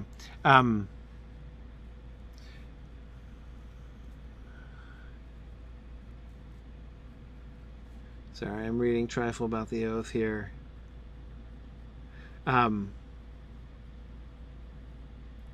See, but Curion's oath, yes, it's a response, but he's like very much promising to do so. It's still like he's making a promise. The sentence that you're quoting, Trifle, this oath shall stand. Notice that's not the oath. That's a statement about the oath, right? And about how long the oath will endure. But it's not the terms of the oath. It's like that sentence doesn't contain what they're promising to do. And there is a thing that they're promising to do, right? Yeah. And it is a promise that he has the agency to implement. Yeah, exactly. Yeah. Anyway, Lilith is wanting to credit Asphiloth's ferocious neighing with the invigoration of Frodo for this one last declaration. Possibly. Here's another thing. We were talking about how when he's invoking Elbereth here, that it's not having the effect that we saw before. But where does this come from? He's fading. I mean, in more than one sense, right? He's spiritually fading. He's physically fading, right? He can barely speak anymore. Go back. He's whispering, right? And then something stirs him to this last effort, right? By Elbereth and Luthien the fair, you shall have neither the ring nor me. Where'd that come from? I'm not sure that came from him, right? That's just spontaneous on his part, right? That I think is that, I think he's inspired here. I think it's he is being, that last effort is coming not only from his own resources. Is there evidence of the source of inspiration? Well, he's mentioning Elbereth here, right? That's the fact that he is invoking Elbereth and Luthien as he's saying this is one of the things which suggests inspiration to me. We saw him inspired, but this isn't the first time, right? His dropping the E-bomb was an inspiration. He found himself saying that. Now, we don't get anything that explicit here. This is not nearly so direct an inspiration as he had, in the Dell under Weathertop. But it's still like that, right? I think that we can see this as sort of similar. He's being given this one last thing. Yeah.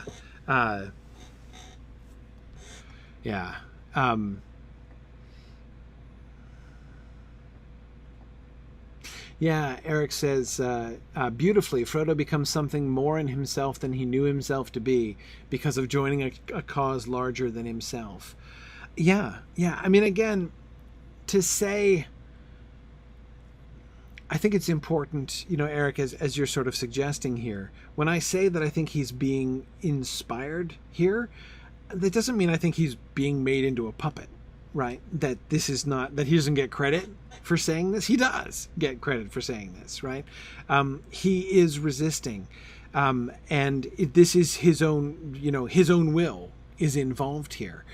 But I don't think it is only his own strength that is involved here, right? That's, I think, the primary thing. Anyway,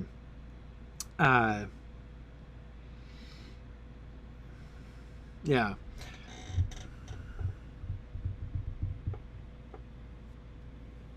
Last question. Why do they just say the ring, the ring? I mean, there are all kinds of ways that we can understand that, right? I mean, most notably, what the Ringwraith's words do not contain is a verb, right? Give us the ring, bring over the ring, we want the ring, we like the ring. I mean, what's the verb exactly? What's the point? It's just a noun. The ring, they say. Why are they saying that? What are they trying to convey, or are they trying to convey anything? Too desperate to make a complete sentence. A verb doesn't seem like too much to ask for, right? But yeah, I mean,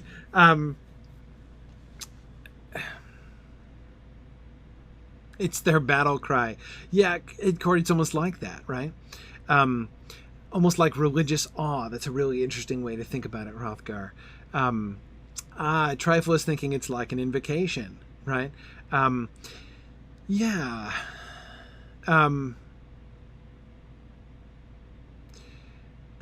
Wraith cheerleading. Yeah. Marianne suggests that the ring is calling to them and they're responding to it. Maybe. Now notice this is not them responding to his Elbereth comment. His Elbereth comment is responding to their invocation of the ring, right? But again, they're not invoking it exactly. There's so many different ways of understanding this. It could be like an invocation, right? It could be an invocation. It could be a demand. It could be a kind of reverence. Notice, so they've all been speaking, right? This has not been a one-on-one conversation between Frodo and the Witch King at any point. The Witch King is the one who's first attempting and then succeeding to in entering the ford here. But all of the Ringwraiths have, at both points here, been involved in the conversation, right?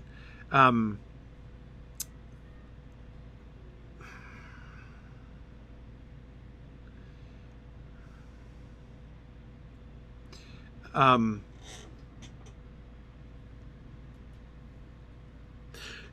the number of different ways it can be taken is the thing that I find so fascinating about it.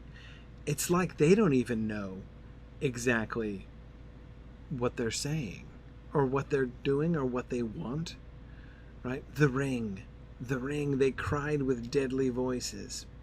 Yeah, JJ, I'm inclined to think that way too. JJ says they're scary and powerful, but this moment also highlights their slavery and pitifulness. Yes.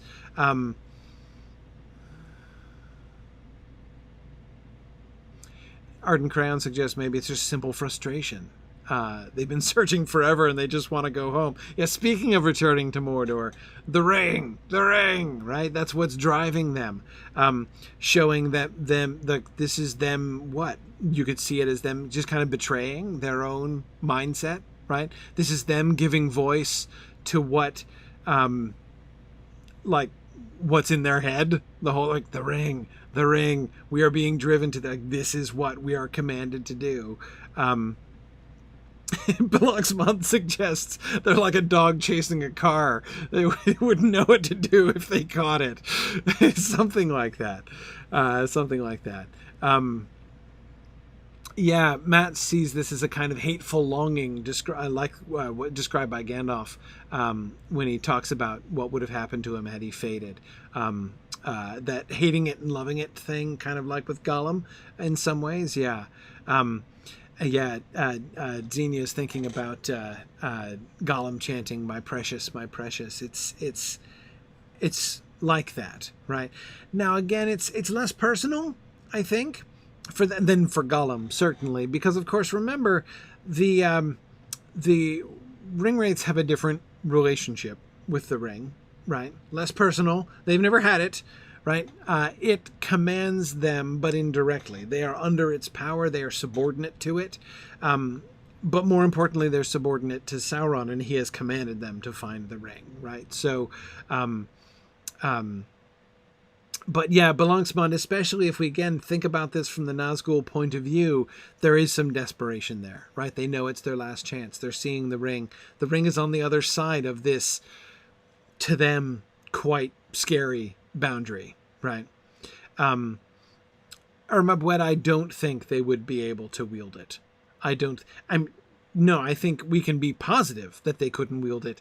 If they could claim it for their own, Sauron would certainly have not sent them to recover it, right? The mere fact that Sauron has sent them to bring it back to him, or to bring back the ring bearer, suggests that he knows they are safe, right? Or it is safe with them. Yeah.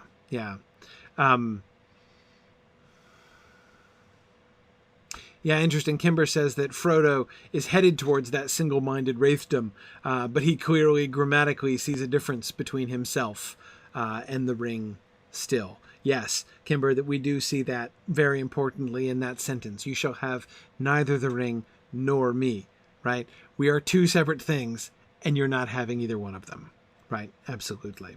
Yeah.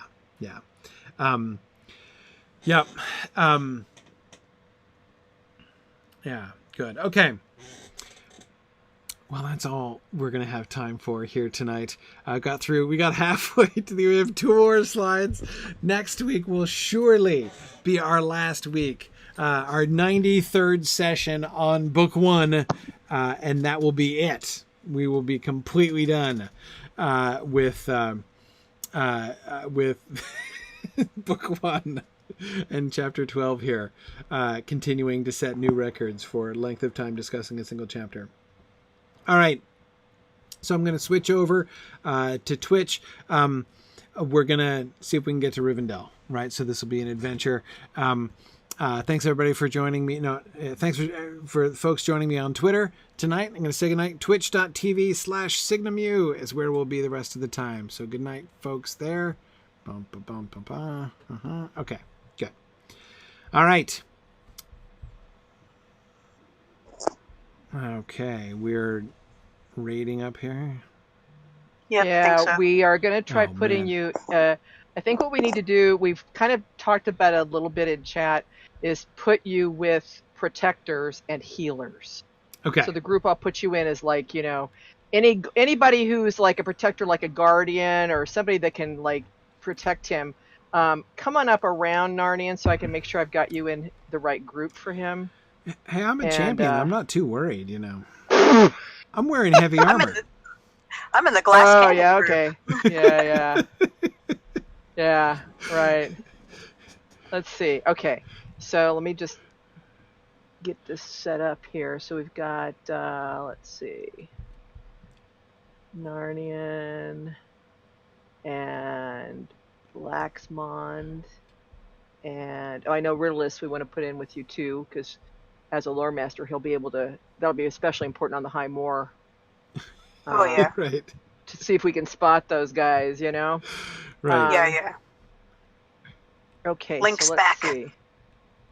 Now let's see, who else have I got here? Bark Wolf, we need to get, there we go, yeah, there you go. Raid, invite.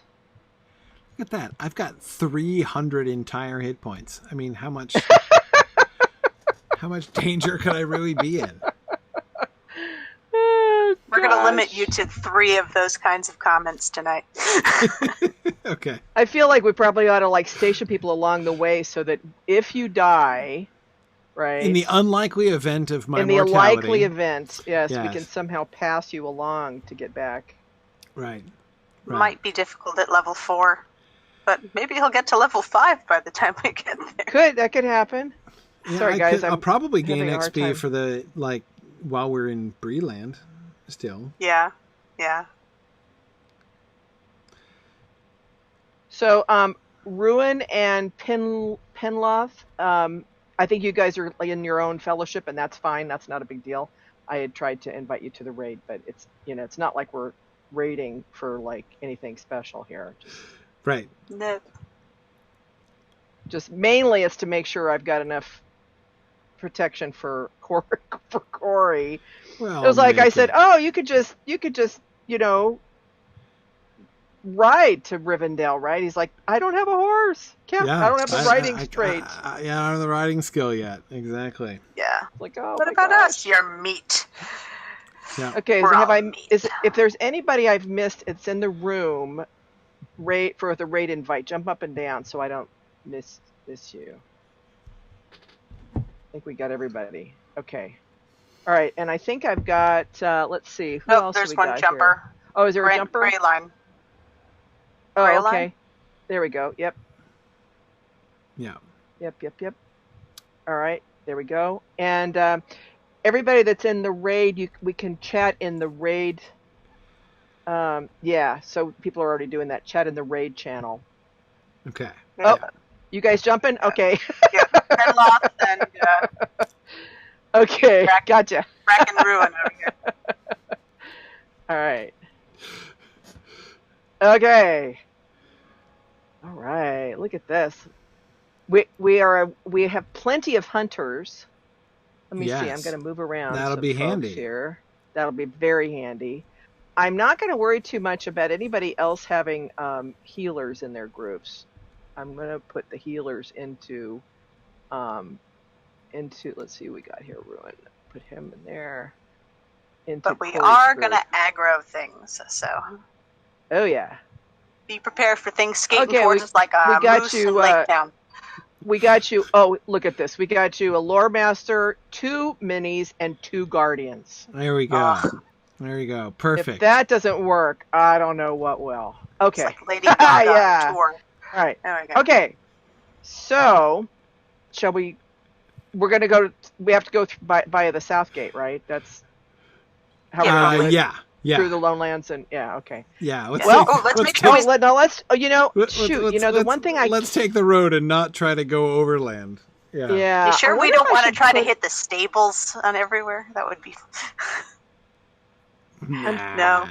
I'm wondering if I should put a hunter into, so all of us can have leafy feet in all of our groups. Oh yeah, leafy feet. Probably not a bad idea, huh? Yeah. You think? Definitely. Okay, well let me do this. D-May, I'm going to put you in Corey's group.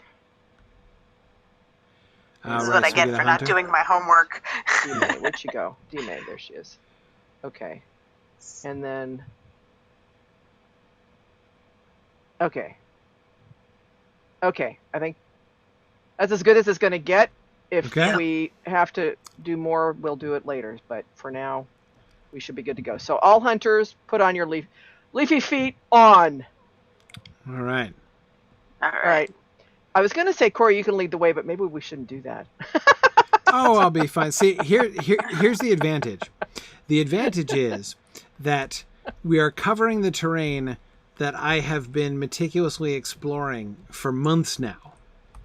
Right? Yeah. So that means I'm going to be so not tempted to like go. Oh, and well, look this at is a good things. point. That's Right? true. I call no way. I call no way. 'Cause We're I've going to come already across something you haven't seen. I've That is already a seen it very all, good point. right? I So, think we go yeah. this way. Don't we go this way? This way's probably the closest. Which way we're going left? Okay, sure. Yeah, I think we go through the dirty. It's not dirty laundry actually. It's drying It'd laundry. be clean and tidy. Well, I don't know. We've been running through it every week. I bet it's not that sterling. Anymore. Yeah, that's probably true. It's going to look like the Shroud of Turin.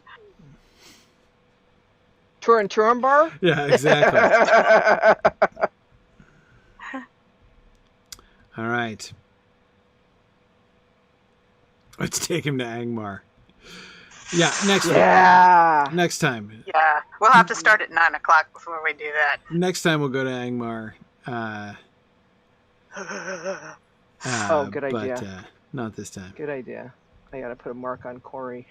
Oh yeah, I think, that's true. but I'm not gonna tempt fate. You will not get the red skull. You're not gonna give me the red skull. Okay. No, that's no. good. I think that's just like begging for there to be an issue. All right. we go. The sign of the The worm shield food is good because shield. it's tall, so we can see you. Right. All That's right. good. Uh-oh. Lagging, running into things. Okay. Okay, so immediately as soon as we get through this gate, we need to be concerned about Corey. Woohoo! Okay. Mr. Safety. Yeah, I mean, level 4. Yeah. And we want to make sure you don't outrun your protectors. So, Right. you know. Yeah. Yeah. Stay Okay. in the green caterpillar. All right. Yeah. I'll try to stay here. Here we go. But people keep stopping when I stop, so you know. I'm lower level. I don't want to be out in front. Well, I think some folks are probably stopping because they're with you. I'm Right. trying to be with you. There might be some rubber banding as well. All right. Well, then there's Barkwolf, one of my guardians, out in front there, so that's good. There you go. Yeah, Yeah. that's good. That's good. Yeah. No, these deer don't hurt people. Not And until actually, we I'm going get to try to to get out in Rivendell. front too, so I can shoot things. Yeah, because I think I'm still. What level are things here? 15-ish, 18-ish. 15 to I know 20, this is I still think. in the. I know this is still the first crafting tier. We're coming up to the area where there's a bunch of boars and bears and stuff. Yes. Mm-hmm. Oh my. Right? Boars and bears and stuff. Oh my. Mm-hmm.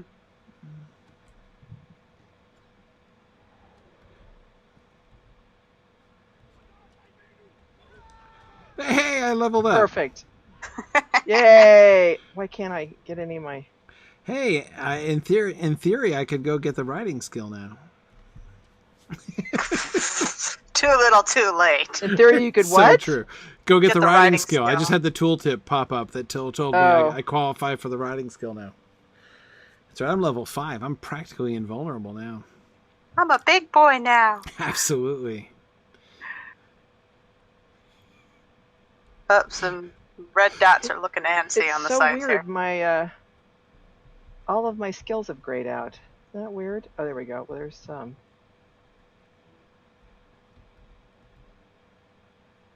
Mm-hmm. Let's. Man, there's a lot of us. We're going to Roland get is some saying you rubber can use your banding horse from... whistle, but I'm not sure you can do that. Well, I guess you could use your horse whistle actually. Yeah, it's super slow though. Oh, is it? I don't understand why my everything's grayed out. Oh, there we go. Okay. Sorry, I'm still trying to hold back to get closer to the middle here. Middle of that big green caterpillar. Okay. We're in the Midwater Marshes now. Uh-huh. Well, at least you're a man instead of a chicken, running this, so you have a whole different view. I mean, I could probably take 1 or 2 hits, right? Yeah. You probably could. But, You have done well. At least here you could. I'm not sure once we get further on. yeah, I know. Yeah, that's true. Once we get to the troll shots, probably not so much. But Or we even already the have red lowlands. things kiting towards us right now. I mean, when we get to like midway between Forsaken Inn and Oscar Ruth, it's probably going to be Right. Mm-hmm. Right. Yeah. I know. Yeah. Man, I'm going to try to keep up. If I fall behind, don't give a crap. All right, so we got level 21 goblins now, Boomful. All right. Yep. Mm-hmm. Yeah, I think Ones on the hills are 30. Pretty sure We'll I'm see no if longer they'll- getting XP anymore. Oh no, Yeah, I'm still probably I'm getting true. some. I Did just got Oh, one. okay. Yeah. Okay. By the way, another spot I'm sure that Riddleless knows this is the stretch in the Lone Lands beyond the Forsaken Inn on the way to Oscar Ruth. There's some links in there too that tend to be. Yes. Oh, yeah. I just Sometimes love just on the Weathertop side of from the a road. distance. What a beautiful Isn't that clear neat? day. I know. Yeah. On a clear day. On a clear day. Yes, Dornorth, and I Okay. wonder what the Knickerbreakers eat when they can't get level 5 champions. Okay. Spiders. Hey, look at that. I'm like halfway to level 6 now. Check you out. Hey, people in my group, shoot things. That's right. That's right. Okay, so there's the Forsaken Inn. I love this view of like we've got the Weathertop up there on the left. We've got that other ruinous tower in Minas Ariel, I think, on the right. No, it's the one up on top of the mountain, and then the Forsaken Inn here in the middle, so you can see. Yeah. The ruinous but new construction right here. I wonder how old the Forsaken Inn is. It's got a shingle roof and a wood beam. Exactly. Well, it's got a hole in the roof for sure. Yeah, for Right. sure. But that looks like some sort of rockfall damage or something. I don't know if it's rock. Corey, you might want to. Do you want to open up the stable master while we're here? Or no? Hey, might as well. You could do that safely, I believe. Oh yeah. Yeah. Yeah, might as well. In the meantime, we can come up ahead here and see if there's anything that needs killing. Greetings. No problem. Okay, yes. For future adventures here in Honor. All right. Continuing on. Making excellent progress so far. No problems. Don't jinx it. Don't jinx it. Well, what did I just gain rep for? Well, that's what you discovery? get when stuff gets killed. You get rep points. Oh, yeah, out here you get, In the with lowlands. the line. Oh. Okay. I just got like 20,000 Yeah, it's or like something. the way That's you have good. to get rep here is by Yeah. killing stuff. Mm-hmm. Pretty dang hard. And making stuff for everybody. Hope you don't crit. Right. Oh man, yeah, Weathertop's looking great today. Yes. It's about as sunshiny as it was outside today. Oh.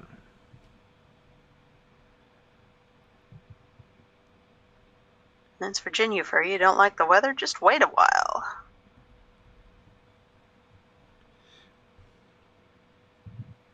All right. Yeah, this is where we get the invisible links and a lot of red things skating towards us. Oh dear, oh dear, oh dear. Oh yeah, they are coming down the hills towards us. Woo! Yeah, no, they're just Woo! like they're on roller skates. Yeah. Get myself up there.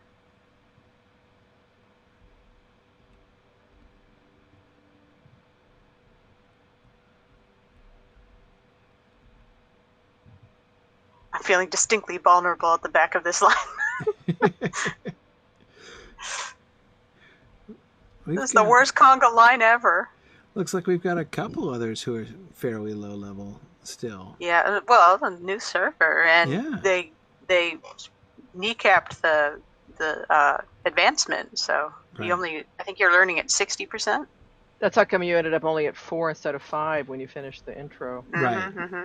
Right. Man, I even have the Outriders token. It's not doing a thing. And they don't let you buy 100% or 200% level accelerators in the store. Nope.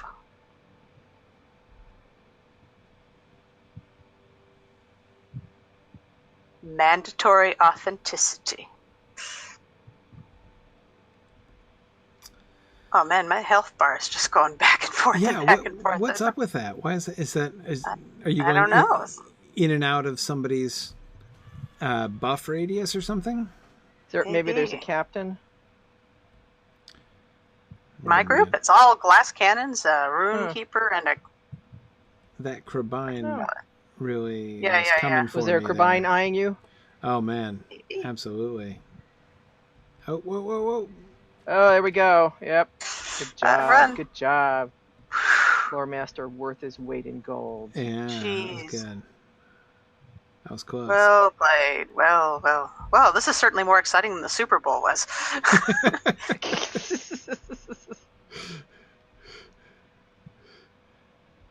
Okay. I'm going to do this next year instead. Yes, I am getting the rep now, but not the XP anymore. Not the XP? Oh, boy. No.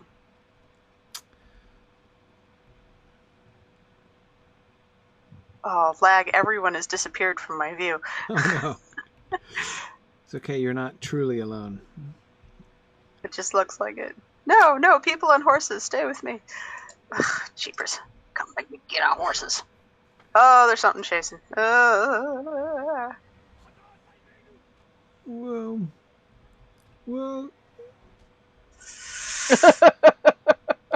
Great googly moogly. Whoa, what? Help. This is really scary. It's a little stressful, isn't it? Yes, those it is. Those purple spiders are... Whoa! No, Whoa, purple it just spider. came into the middle of the line. Whew. Yeah. They're coming from all over, right? Yeah, they're Another coming from all over. Look at these guys. Yeah. Tarkip. Oh, man, they're scary when I'm at level, you know? Yeah. Oh, there's a warg now. Okay. Uh-oh. Something right up next to the road up here is a spider. Look at it. Spider. Oh. Get it. Whoa. Phew. Oh. Okay. Yeah, he was waiting right up in the rocks next to the road. Yeah. Oh, there comes that warg. Okay, good. We got him. Whew. Yeah, Amathorn, I know. On our side? Ugh. Okay, and where's Oscar Ruth? Oh, wait, hang on. We're right here. We should turn aside for the stable master? Maybe. If you want there's to, a lot yeah, of but spiders. everybody make sure, because there's stuff between. There's That'd be actually yeah. be great, because I need to put a healer into Valori's group, and that'll be good Okay. to stop here so I can do that. All right, so pause here for a second. Okay. Whew. Okay. Whoa, Nelly. Great googly moogly. Why can't I go to South Bree? I went to the South Bree stable master. Huh, weird. I can go to Rivendell, but not South Bree. Yeah. Okay, Salvia, I put you into Valori's group just Weird. so you can make sure that we try to keep her alive. Thank you. And thanks, Violet, for pointing that out to me. Oh, I thought it was on purpose. No, silly. What, that No, I the meant- group I- was like I meant you entirely assumed that I low-level thought I would hunters? That I Fine. hadn't given Valoria a healer. Right. Yeah, no, All I right. thought it was one of those. Yeah, it'll be fine. That's right. What's the worst that could happen? Oh no. Okay, that's two. That's two. You get one more. It'll be awesome. Just burning right through that, huh? Oh, is that a bad guy? Oh, no. Oh, that's a good point. Gravity, I might not have had enough money to pay for that ride. I've only got 28 silver. Yeah. That could be. That'll to my do it. name. So, yeah. And I could use mithril if, in theory, I had any mithril coins, which I don't have any. on Yeah, the I server. don't. Yeah. It might be level restricted from there. Yeah, that seems like that might That's be. possible. It is funny how Possible as cavalier well. you are with that when you have 27 alts and every single one of them has 16 gold, and suddenly you make a new character on the server and going, ha, I shall just Right. take a Well, stave. Wait. Hang on, there's a doe right there. On a whole nother server Okay. too, you know. That Those it's are like- okay here. It's when we cross the bridge, you got to be afraid of anything with antlers. Yeah, Yeah. it'll be Henneth Also, all does over don't again. aggro. It's usually the bucks unless you start shooting a doe. Well, no, the does come after you. I'll never forget that doe that chased me down the tunnel at Henneth Henneth noon. when I was like 20 levels under. So, and I think we will be 20 levels under when I. And then the girls of bridge. Middle Earth had the moose. That The came moose, over the famous moose incident. Yes. into Dale. Holy cow, that was so funny. Oh no, an Yeah. archer! Look out! Okay. We were all like level 15, and we were like, "We'll go to Dale. It'll be safe in Dale." Right. Well, our problem was we were taking photos. We were all on our horses. We were trying to take selfies. So that serves us Yes. right. Yes. Oh, that is one of my favorite clips in the history of this channel. Isn't that hilarious? Oh man. And of course, Sanswinda had the camera, and she's the one that fled. Yes, yes. Yes, Pride goeth before the moose. yes, her bravely running away was one of my favorite things. Okay, there's a turbine over here giving me the evil eye that I think will. All right.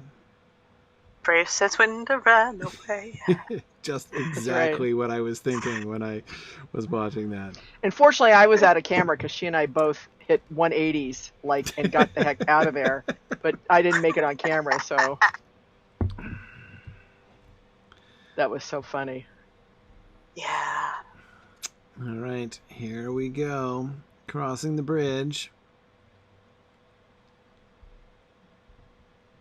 Dun dun dun dun dun dun dun dun.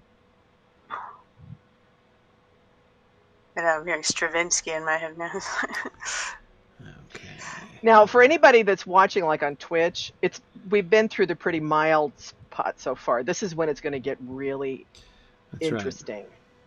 Ugly. The troll shaws. The We get perennial actual autumn of the trolls. troll shaws. And that's assuming that I don't lose the path in the bushes and start running off into the woods. Dangerous places. You have entered a part of the world with challenges and threats of much higher level than your own. While you are in this area, you may attract the attention of monsters from further away than normal. You can tell when you have entered such an area when the name of the area below your minimap turns red. Absolutely. Yeah, my first one is when I did a drunken keg and wound up in Forakel at level 20. Aha. That's when I got that was the first time I saw that notice. And that's also when I started to freeze to death. You froze to death in Foracal? Yeah, I went in the water. I didn't realize that was a thing.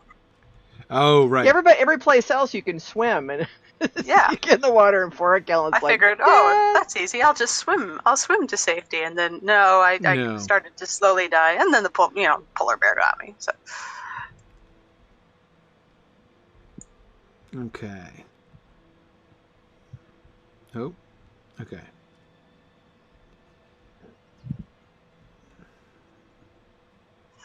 stay in the path. Stay on the Stay path. on the path, yes, that's the, okay. Who's It's over this there? slightly darker Oh, bit of oh, lethal. it's a fly. Whoa, it's a, okay. Wouldn't that be awful to be killed by a fly? I know, exactly. I don't know why So you got killed by embarrassing. a fly. Yeah. Die of malaria in the troll shaws because I got bit by a giant fly. Uh-oh. It's like the curse of the mummy I'm dying in- of an infected razor cut. I'm in combat mode, which can't be good. That's not a good sign. That means Yeah. people in your group are killing things. Okay. Uh-oh, Ridilus's link was lost. Oh no! Well, there comes that deer after us there. Same doe. The same one. Yeah. See, they're the really tricky ones because they don't show up on the mini-map. Yeah. I think they only aggro when you're under level. Yes, I've exactly. that They must do. be it. Yeah, when you're this far under level, Yes. they will come after you. So now the elk and the moose suddenly decide that you're toast. Mind you, moose bites can be pretty nasty. Got bitten by a moose. A moose No, once bit really. my sister. Carving her initials with the toothbrush. I'll be joining you shortly on my level 21. Oh, there she is. Hello. Whoa! No! Whoa! No! No! No! Get him! Get him! Get him! Get him! Whoa! Oh, Oh, that deer came out of Oh. nowhere. Holy cow. Told you this would be exciting, people. Whew. Well, okay, here's Another one, another one, another one. Get it, Another get it, get it. Yeah, it's the In these deer cases- that are really the problem. Yeah. Jeez. It's like, here I thought the trolls would Everybody be after him. form a phalanx around Corey. And Donut this- of distraction. Whew. Suddenly I'm remembering in Osgiliath when you went aside to look at the siege engines and died. Well, yeah. But see, like, Yeah, that's me visiting a place I've never been before, you know? I know, that's right. And the Moonback was hiding in the bushes. Well, and anybody could have been pounced upon by a Mumak. This is true. You know, I mean, This is like, true. they're very stealthy, and it's not my They're fault. very stealthy. They sneak up on you. They all cry, hello! And when you look up, they drop on you. Okay, there's a wolf up there. Oh yeah, there's also stealth wolves, I think, along in here. So, Some. Oh, yeah. We have Yeah. some level 50s? Right? Do we Yes. have some? Okay. Some.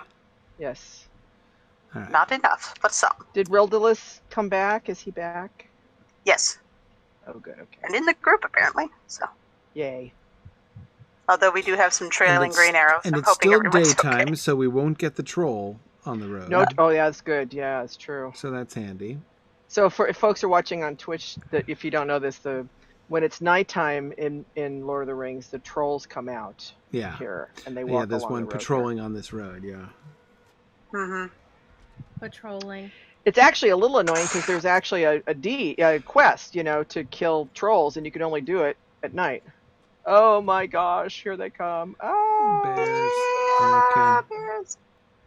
Wow. Yeah, the other thing we got to watch out for are crawlers. Remember when we came through here with chickens one time, and I right, think Josh yeah. got hit by a crawler. I think it's further closer to the fords. Yeah, no, there Yeah. are some in through here. There can be some in through here, too.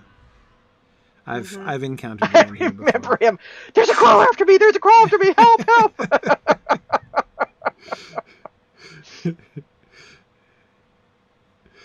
That was our sacrificial hobbit.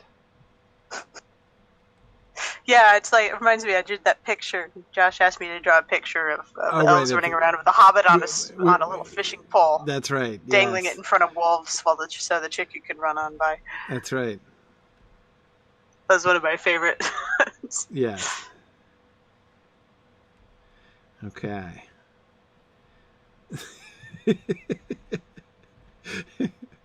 I'm trying, man. I'm trying to stay in the middle of the pack, and I'm working on that. I don't know why I seem to be outdistancing everybody. I know. Maybe your connection's better than He's got everybody's. longer legs than a lot of us. Like, Ooh, yeah, there's a There crawler. came a crawler. Yeah. Other people are killing Problem things. is, for me, a lot of the stuff is gray. Right, So, like, the crawlers exactly. are especially hard to see. Yes. Oh, there's a big mass of red over there is probably going to come after me. All right, we're almost to the ford. Ugh. So when we were talking about the wraiths going the ring, it's like immediately in my head it was just like it's the cry of the one-track mind revenant going brains. Right. That's what I was thinking.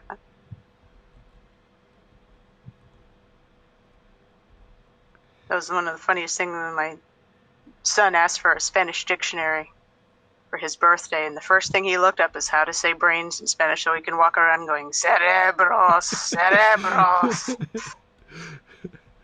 Okay, you made it. Phew! In a We can take a flash of break white here, a little fire. breather. Yeah, we're good. Phew! Okay. Breathers just mean Phew. things respawn. That's- Oh, see, I got the dangerous places one now. Oh, you did just now? Crossing the Yeah, Broden? just now into into Highmoor. Mm-hmm. Another bizarre thing is I'm at a level 13 and I'm not getting that indication, but I'm in Rivendell because I cheated.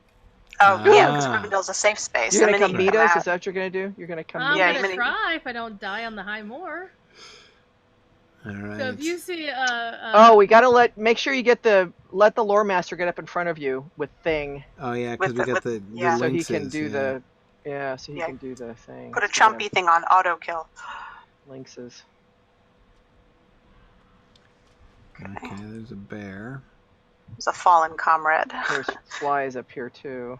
I Right, managed so to get- run solo as a chicken, it's fine. Yeah, I did this as a chicken too, solo. But didn't you get like 10 meters away from the gates I and did got hit by a in lynx, sight of the right? gates. Look out! Okay, I thought that bear was coming There's a down bear, towards there's a us. bear. Yeah, he No, came. there's a bear. There is a bear. We did it coming with the toward- girls of Middle Earth, and Kim ended up dying because a lynx respawned right on top of her. Uh-huh. Ah, yeah, that was such a jip. Okay. Reminds me of the time we were taking hobbits to Isengard, level 10 hobbits to level 75 Isengard. And poor Sam Burke died like right on the Oh, steps. no. Yeah, we were so distraught. Our other hobbit made it. But yeah. I think we had that happen on a run to Minas Tirith with one of the chickens that went with Corey. I think somebody died really close. Mhm. Yes.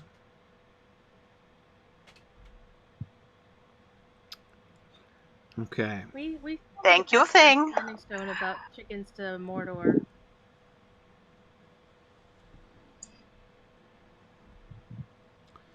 Okay. There. They can do chickens to Dale too. I have a theory about that, but I don't know for sure, and I haven't been able to tickle it out of Cordovan yet. Yeah, the question is, can you get there on foot, or do you need to? Is there some sort of connection you need to be able to interact with and be human in order to do so? There's not currently a land route to... That's what I thought. But they're working on one, so my suspicion is that with the next game update should theoretically, again, just suspiciously thinking this, that it might include the Bjorning lands, and they were talking about putting landscape paths to those areas from the rest of the areas. Oh, that'd be nice. Yeah, then we could do a chicken run to like, you know, we can Therefore. peck snails with the thrush. But can you cross the mountains? Not yet. Okay. Not yet. I could pester Pinion about it again,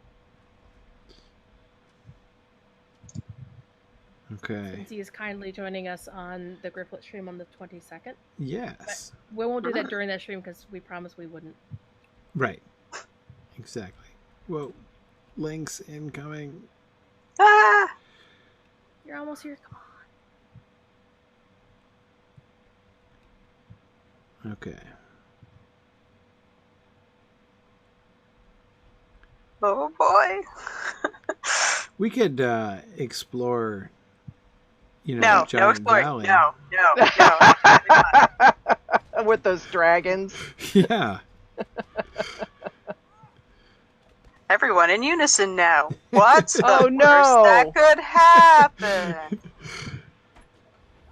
Whoa, that lynx came kind of close there. Yeah, we got yeah. several Oh, things badger, up here. badger, No, badger. Killed by a Secret is to badger. keep running. God forbid. Seriously. From so many Hobbit runs to Isengard, the secret is to simply keep running. Okay. Yeah, well, he keeps getting out ahead of everybody. Doesn't I know. I'm Yeah, I know, I'm that's the trying to problem. stop and let the pack go in front here.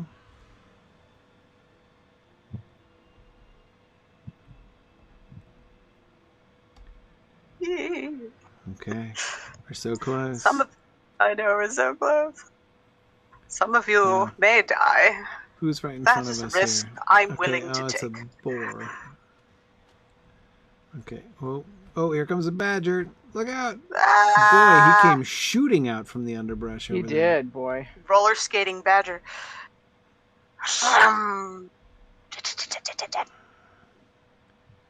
Okay. They used to be easier to spot before they added all the vegetation. Yes. No, I don't want to be in front. Okay. Okay. We're almost there. Shh. I trust nothing. Whoa. I trust nothing.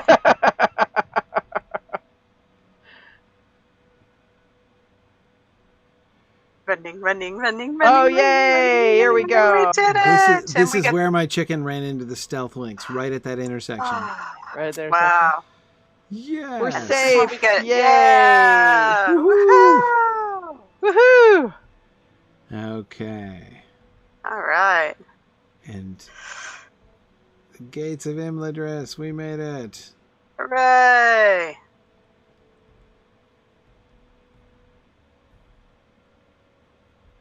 Now, do you want to take any vantage? Do you want to show? Actually, you can't really see it from here, can you? Too many trees. Yeah, I'll have to go down to the next one. There's that one good vista. Yeah. Right here is good.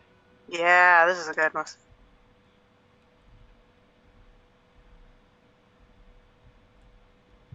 Ah, yeah, much nicer here. It's one of my favorite views. Just trying not to. One of my. I'm just trying not to ironically plummet to my death here. Okay. Down this today, just fine. It's one of my favorite things in the game is to see this view.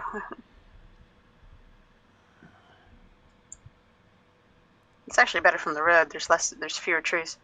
Yeah. Actually, over here is good. I gotta turn my graphics up again.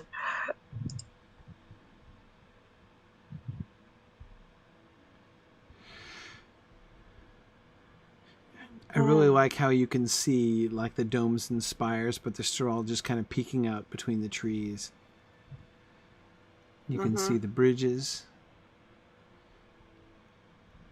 You know, but it's not like it doesn't look like a city or something, you know? Mm-hmm.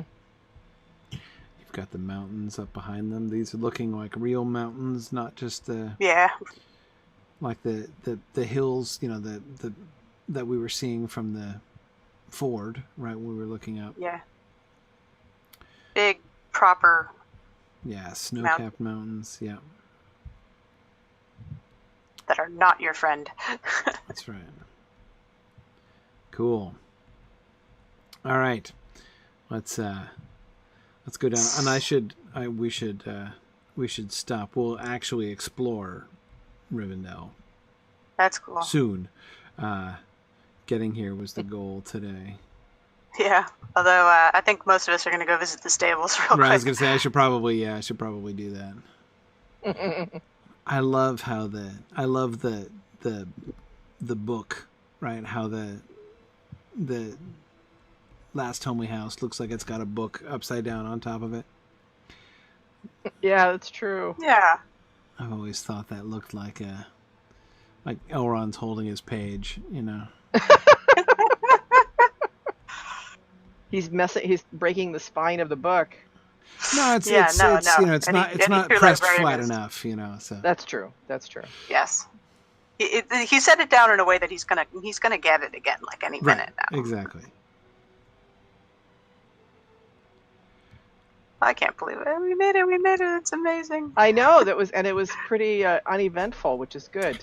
Yeah, It was interesting enough. I had fun. that deer in the troll shots was the closest one for me. That was the only one that actually hit me, I think. Yeah. Yes. That one set the bar, I think. You know. Yes. That's well, But we have a little it was bit of totally barrel. unexpected. I mean, you were standing in the doorway, for heaven's sake. You weren't even out on the Well, landscape. yeah, exactly. Yes. This was exactly the right amount of peril. And she came down into the tunnel, which is totally Yeah, that surprised one in me. Henneth Noon, yeah, that just wouldn't stop. All It right. would appear that I've been here. How on earth? Right. Well, I think I'll go over this way so I can go to the stable master. I know I won't be able to take the stable master here from Bree at level 5, but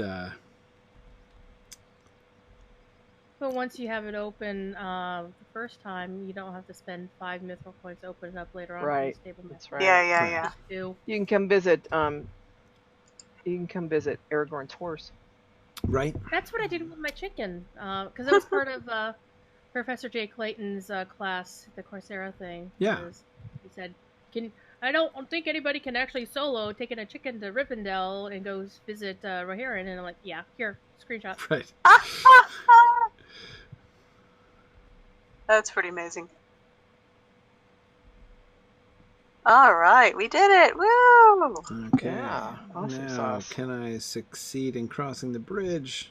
That's the next challenge. Eh.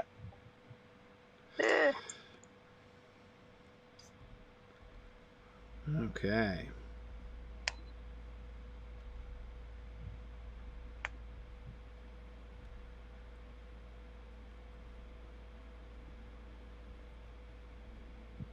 I love these random elves that are just kind of standing there astride the path, like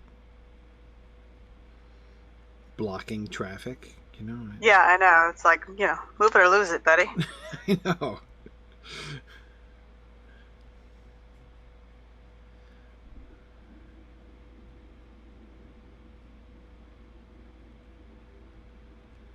Okay, we are full of hope and not despair. We're in Rivendell.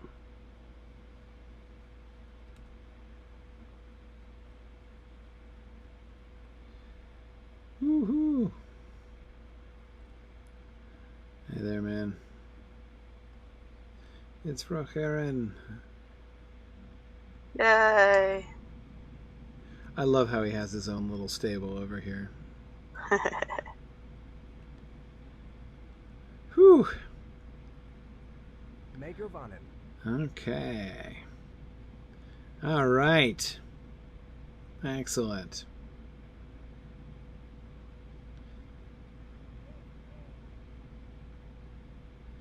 Excellent.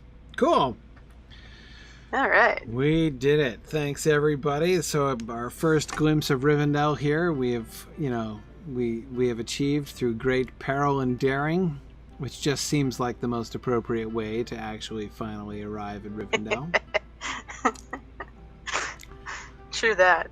So I think this was a great first trip onto the legendary server, and we'll see where we are and what we're doing. We may in fact be back in Angmar, exploring Angmar the next time we are planning to come to Honor. In which case, we'll have to, we'll have to get up to. Yeah, I'll have a little homework for you. Yeah. Oh man, but I'd have to do the epic quest again. Oh man. Well, we can port you. You can get ported. Yeah. To like Gath Forthner, you can get ported there without. Even if you're under level. Yeah, well, I don't know. You can't get ported. Not if you're under level. But you can get ported there if you haven't done the. If you haven't done the epic. Right, yeah. the epic. That sounds right. Yeah, Okay. we wouldn't be able to run to Gath Forthner. Right. Like we ran to Rivendell. But we could run to Algair, however. It'd be This is true. entertaining. Just have a different That is ending. true. We could run to Algar. That would be actually an interesting run. Yeah. Yes, it would be. Okay.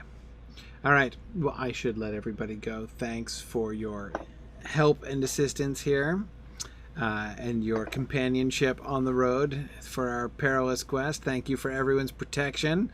Thanks, everybody. There, that was excellent, and very good. So I should be here next week, I think. No, I will not. Next week is when I won't be here, because next week I'll be down in New York. Doing that panel on the Morgan Library exhibit. Yeah.